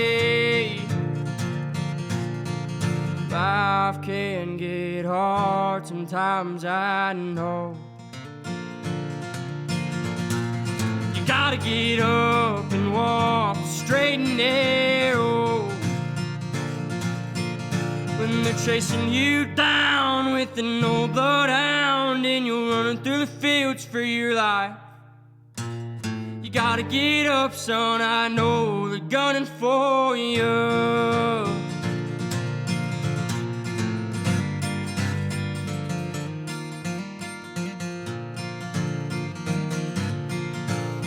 Chasing you down with an old bloodhound and you're running through the fields for your life, you gotta get up, son, I know they're gunning for you.